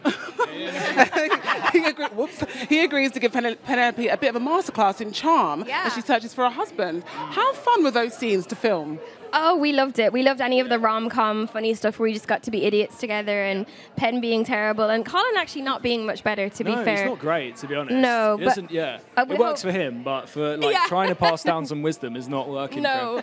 So I hope we get to do more of that in season 4. And not exactly that, but more being silly people together. Yeah. Absolutely. Luke, there's a hint of romance and comedy in those scenes. Yes. And one of our Tadoom viewers, Anna, wants to know, what rom-coms did you end up watching for inspiration? Luke, I know you told Tadoom your favourite movie is Notting Hill, for example. Yes. So I watched Notting Hill. I used to go back and watch a lot of Friends because of that rom-com element of like being so close to the edge of like almost laughing, which we had in that, particularly in that scene under the tree in part 1. Yeah. We were just on the edge of laughter the whole time.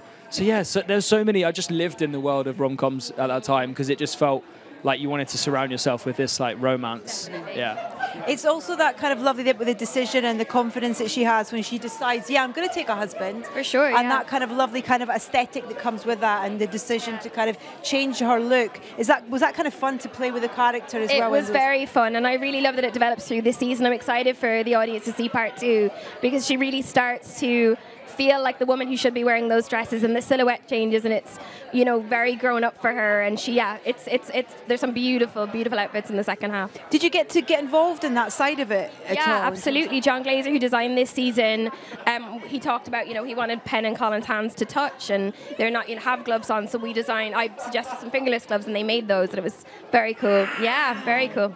That's so awesome. Luke, there was also the Lord Debling storyline in part 1, so that really forces... Furious.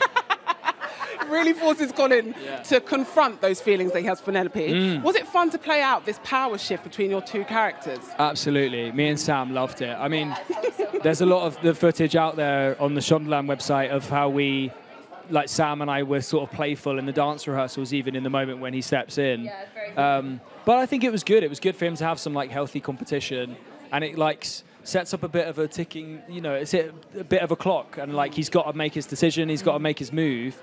And also, I always think that like Debling is a suitable and a good match. He's not necessarily a love match, but he is a good match for Penelope. He's not a bad guy. Right. So yeah. All right. He's no Colin. After the full romance today, he's all right. Yeah. Why do you think, Nicola, that this relationship between Pen and Colin has resonated with people so much? I mean, I really love this show, and I feel like it's so joyful, and it tells a different love story each time. So whether you've got enemies to lovers, friends to lovers, fake dating, and I think so many people do relate to that friends to lovers thing, and Pen and Colin are underdogs, so I think people love seeing that on screen also. There are a few obstacles in the way that could stop their relationship reaching a happy ending, including the secret of Lady Whistledown's true identity. Luke, how much of a part will that play in part 2 of season 3? A massive part. Whistledown has never been so much in the forefront of the storyline, It really takes over, and yeah, everyone becomes involved. It's not just us. It's like, yeah, the whole of the ton is surrounded by this like storyline that's just rooted in Whistledown. It's really, really exciting. But there's so many more obstacles as well. I didn't expect it. I was like, surely it's just the Whistledown secret, and once they get over that, it's happily ever after. But there's other stuff that they've got to overcome before they get the ideal ending. The friendship between Pen and Eloise and that kind of, the sort of demise of that friendship has kind of been really heartbreaking in a way as well. How do we see that relationship evolve or kind of progress in this? They're not really on a linear path. I think it's like a true friendship where it ebbs and flows, and there's moments where she's, a little bit more understanding, Eloise is a little bit more understanding, but then the hurt comes in. So it's definitely not plain sailing, but it's very truthful, and I love acting with Claudia. She's wonderful. Yeah, great. You two have been absolute stars this season, but with it drawing to a close, how are you feeling about passing on the baton? And do you know who the lead will be? Wow. I think it's the most exciting thing about the show. And, people resonate with different characters and different storylines every year. So I think it's the best thing about it is that we get to stick around, still be involved, but we get to pass on the main storyline and the romantic storyline to someone else. I've also, requested. We get to sleep in a lot more. Yeah, exactly. We get a lot more time with our That'll be right. So we're good. I've requested don't tell me until the last minute. No, we don't want to like, know. It's too much. Too stressful. We do. Yeah, I know. I'm sure at some point, relatively soon. I don't know. Yeah, I can wait till we get in the studio and be like, oh, yeah. We'll get tonight over us, and then we'll worry about that. Absolutely. Thanks for being here. Thank you so so much. Chat to you. much. It's a real pleasure. Thanks a lot. you. Cheers. Appreciate it. Thanks. Morning, family. You slept late. Did I? Something keep you up? Not at all. I slept peacefully. No sooner did my head touch the pillow that I was met with complete and immediate darkness. Not even a dream. Congratulations. Brother, I know we are not supposed to mention it, but I thought it was quite a kindness that you did for Penelope the other week. She waits for the maids to throw out last week's copy of Whistledown, as she knows she's not allowed to read it.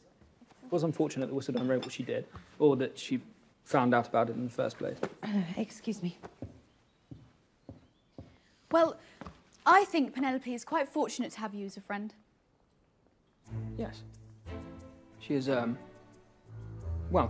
very good acquaintance of families, of course. Are you all right? Never better. Episode 5 is right around the corner for viewers on To Doom, but there's just time for one more exclusive chat, and who better to talk to us about the culmination to season 3 than showrunner Jess Brownell. Jess, great to have you here. Hi, thanks for having me. I mean, it's minutes away. Do you get nervous? I'm just excited. I mean, I've been nervous at various parts of the process, but there's nothing I can do now. Done my best. My writers have done their best. Good attitude. And, yeah, I'm excited. There are so many storylines up in the air this season. Which one have you enjoyed writing the most? All of them, truly. I think the Francesca storyline with John this season, because there was room for a lot of invention with those characters, that was a really, really fun one, and I was proud to display a different kind of love on Bridgerton. It's not, the windswept, big, crazy emotions that we so often see. It's a quieter love, and I'm proud to represent that. Absolutely. This has been the season of Pollen, and Nicola and Luke have done such a fantastic job of telling that story. How do you think they've handled the pressure of being the season's leads? Oh my goodness. They've been everywhere, honestly. They've blossomed. They've blossomed. Like, Neither of them are wallflowers. They've blossomed like some other kind of flower. The two of them I know have been all over the world. I think they're exhausted, but they seem like kind of high on the adrenaline of it. And we're just so lucky to have them, you know, promoting the show and leading us this season. Yeah. It's lovely because they're almost as excited as the fans are. I love it. And speaking of fans, Leah C has got in touch. Leah, thank you very much for your question. She's a huge fan of Eloise. And she said, please let Eloise play a vital part in all seasons from now on, even after her season is done. What is it about Eloise that makes her such a popular character, do you think?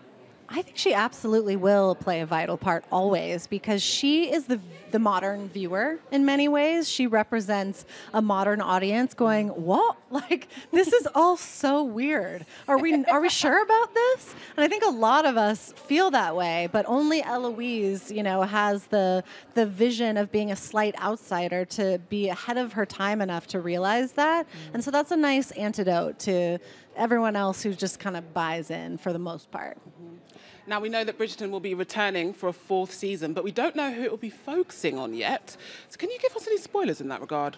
My gosh, the number of times I've almost slipped up. Like every time I have to say in my head, don't say it, don't say it.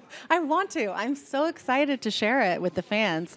But, you know, it's really out of respect for our season leads. We want to give Penelope and Colin their glory that they deserve. Nicola and Luke have worked so hard this season, and we're living in that moment before we will shortly be announcing next season. Don't say the name, just next season. Don't say who it is. Oh, I thought she was almost going to let us know right there. Ooh. Well, listen, that is almost it from us. You've walked the red carpet with us, asked the stars of the show the questions you wanted answered, and seen your fellow fans go wild for their heroes. And that's not even the main event. The main event is coming now. It's the moment you've all been waiting for, an exclusive first watch of episode 5 of Bridgerton season 3. Will Colin and Penelope's relationship go from strength to strength? I'm so excited, I'm stuttering over my words. Will Francesca choose John, no matter what Queen Charlotte says? And will the identity of Lady Whistledown finally be revealed to the ton? So many questions, so many. But you're about to find out because it is time for episode 5 right here on todoom.com. Jess, any final words from you? How would you like to introduce the second part of this season? I would say, first of all, thank you so much to the fans for the reaction to part 1. It's blown my mind to see the way people have reacted, especially because all the juiciest bits are in the back half. We are about to kick it off. Spoiler alert, just click away if you don't want to know what's about to happen. You're about to get Regency charades, the return of Kate and Anthony, and one very key mirror scene. I hope you enjoy.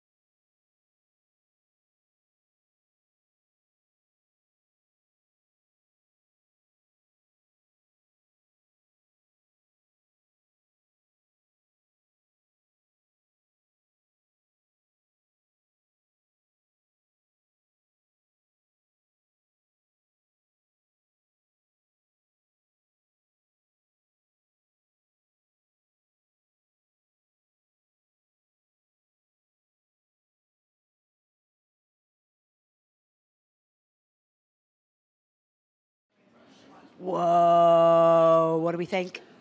Absolutely loved it, amazing, 10 out of 10. I'm just going to say chaise longue.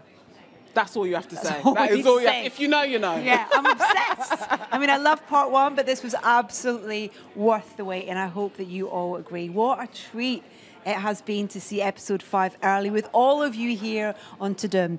We hope you had an amazing time on the red carpet with us in the VIP lounge and with just everybody here. It's been such a great night. It's been fantastic. Well, thanks again for joining us on Todoom, the official home for fans of all things Netflix. If you were lucky enough to RSVP to this one, I'm sure you'll love to dive deeper into the world of Bridgerton with Todoom's trivia quizzes, articles, videos, and so much more. That's exactly what I'm doing on my way home. Thank you to all of our incredible cast members and and creators who joined us today. What a spectacular way to launch into the end of an unforgettable season. But most of all, thank you to all the fans for all your love, your memes, your passion. You really do bring Bridgerton to life. It's extraordinary. It's amazing to be a part of it, and we can't wait to see what you think of the rest of the season. But for now, dearest gentle viewers, we shall bid you farewell and good evening. Goodbye. Goodbye.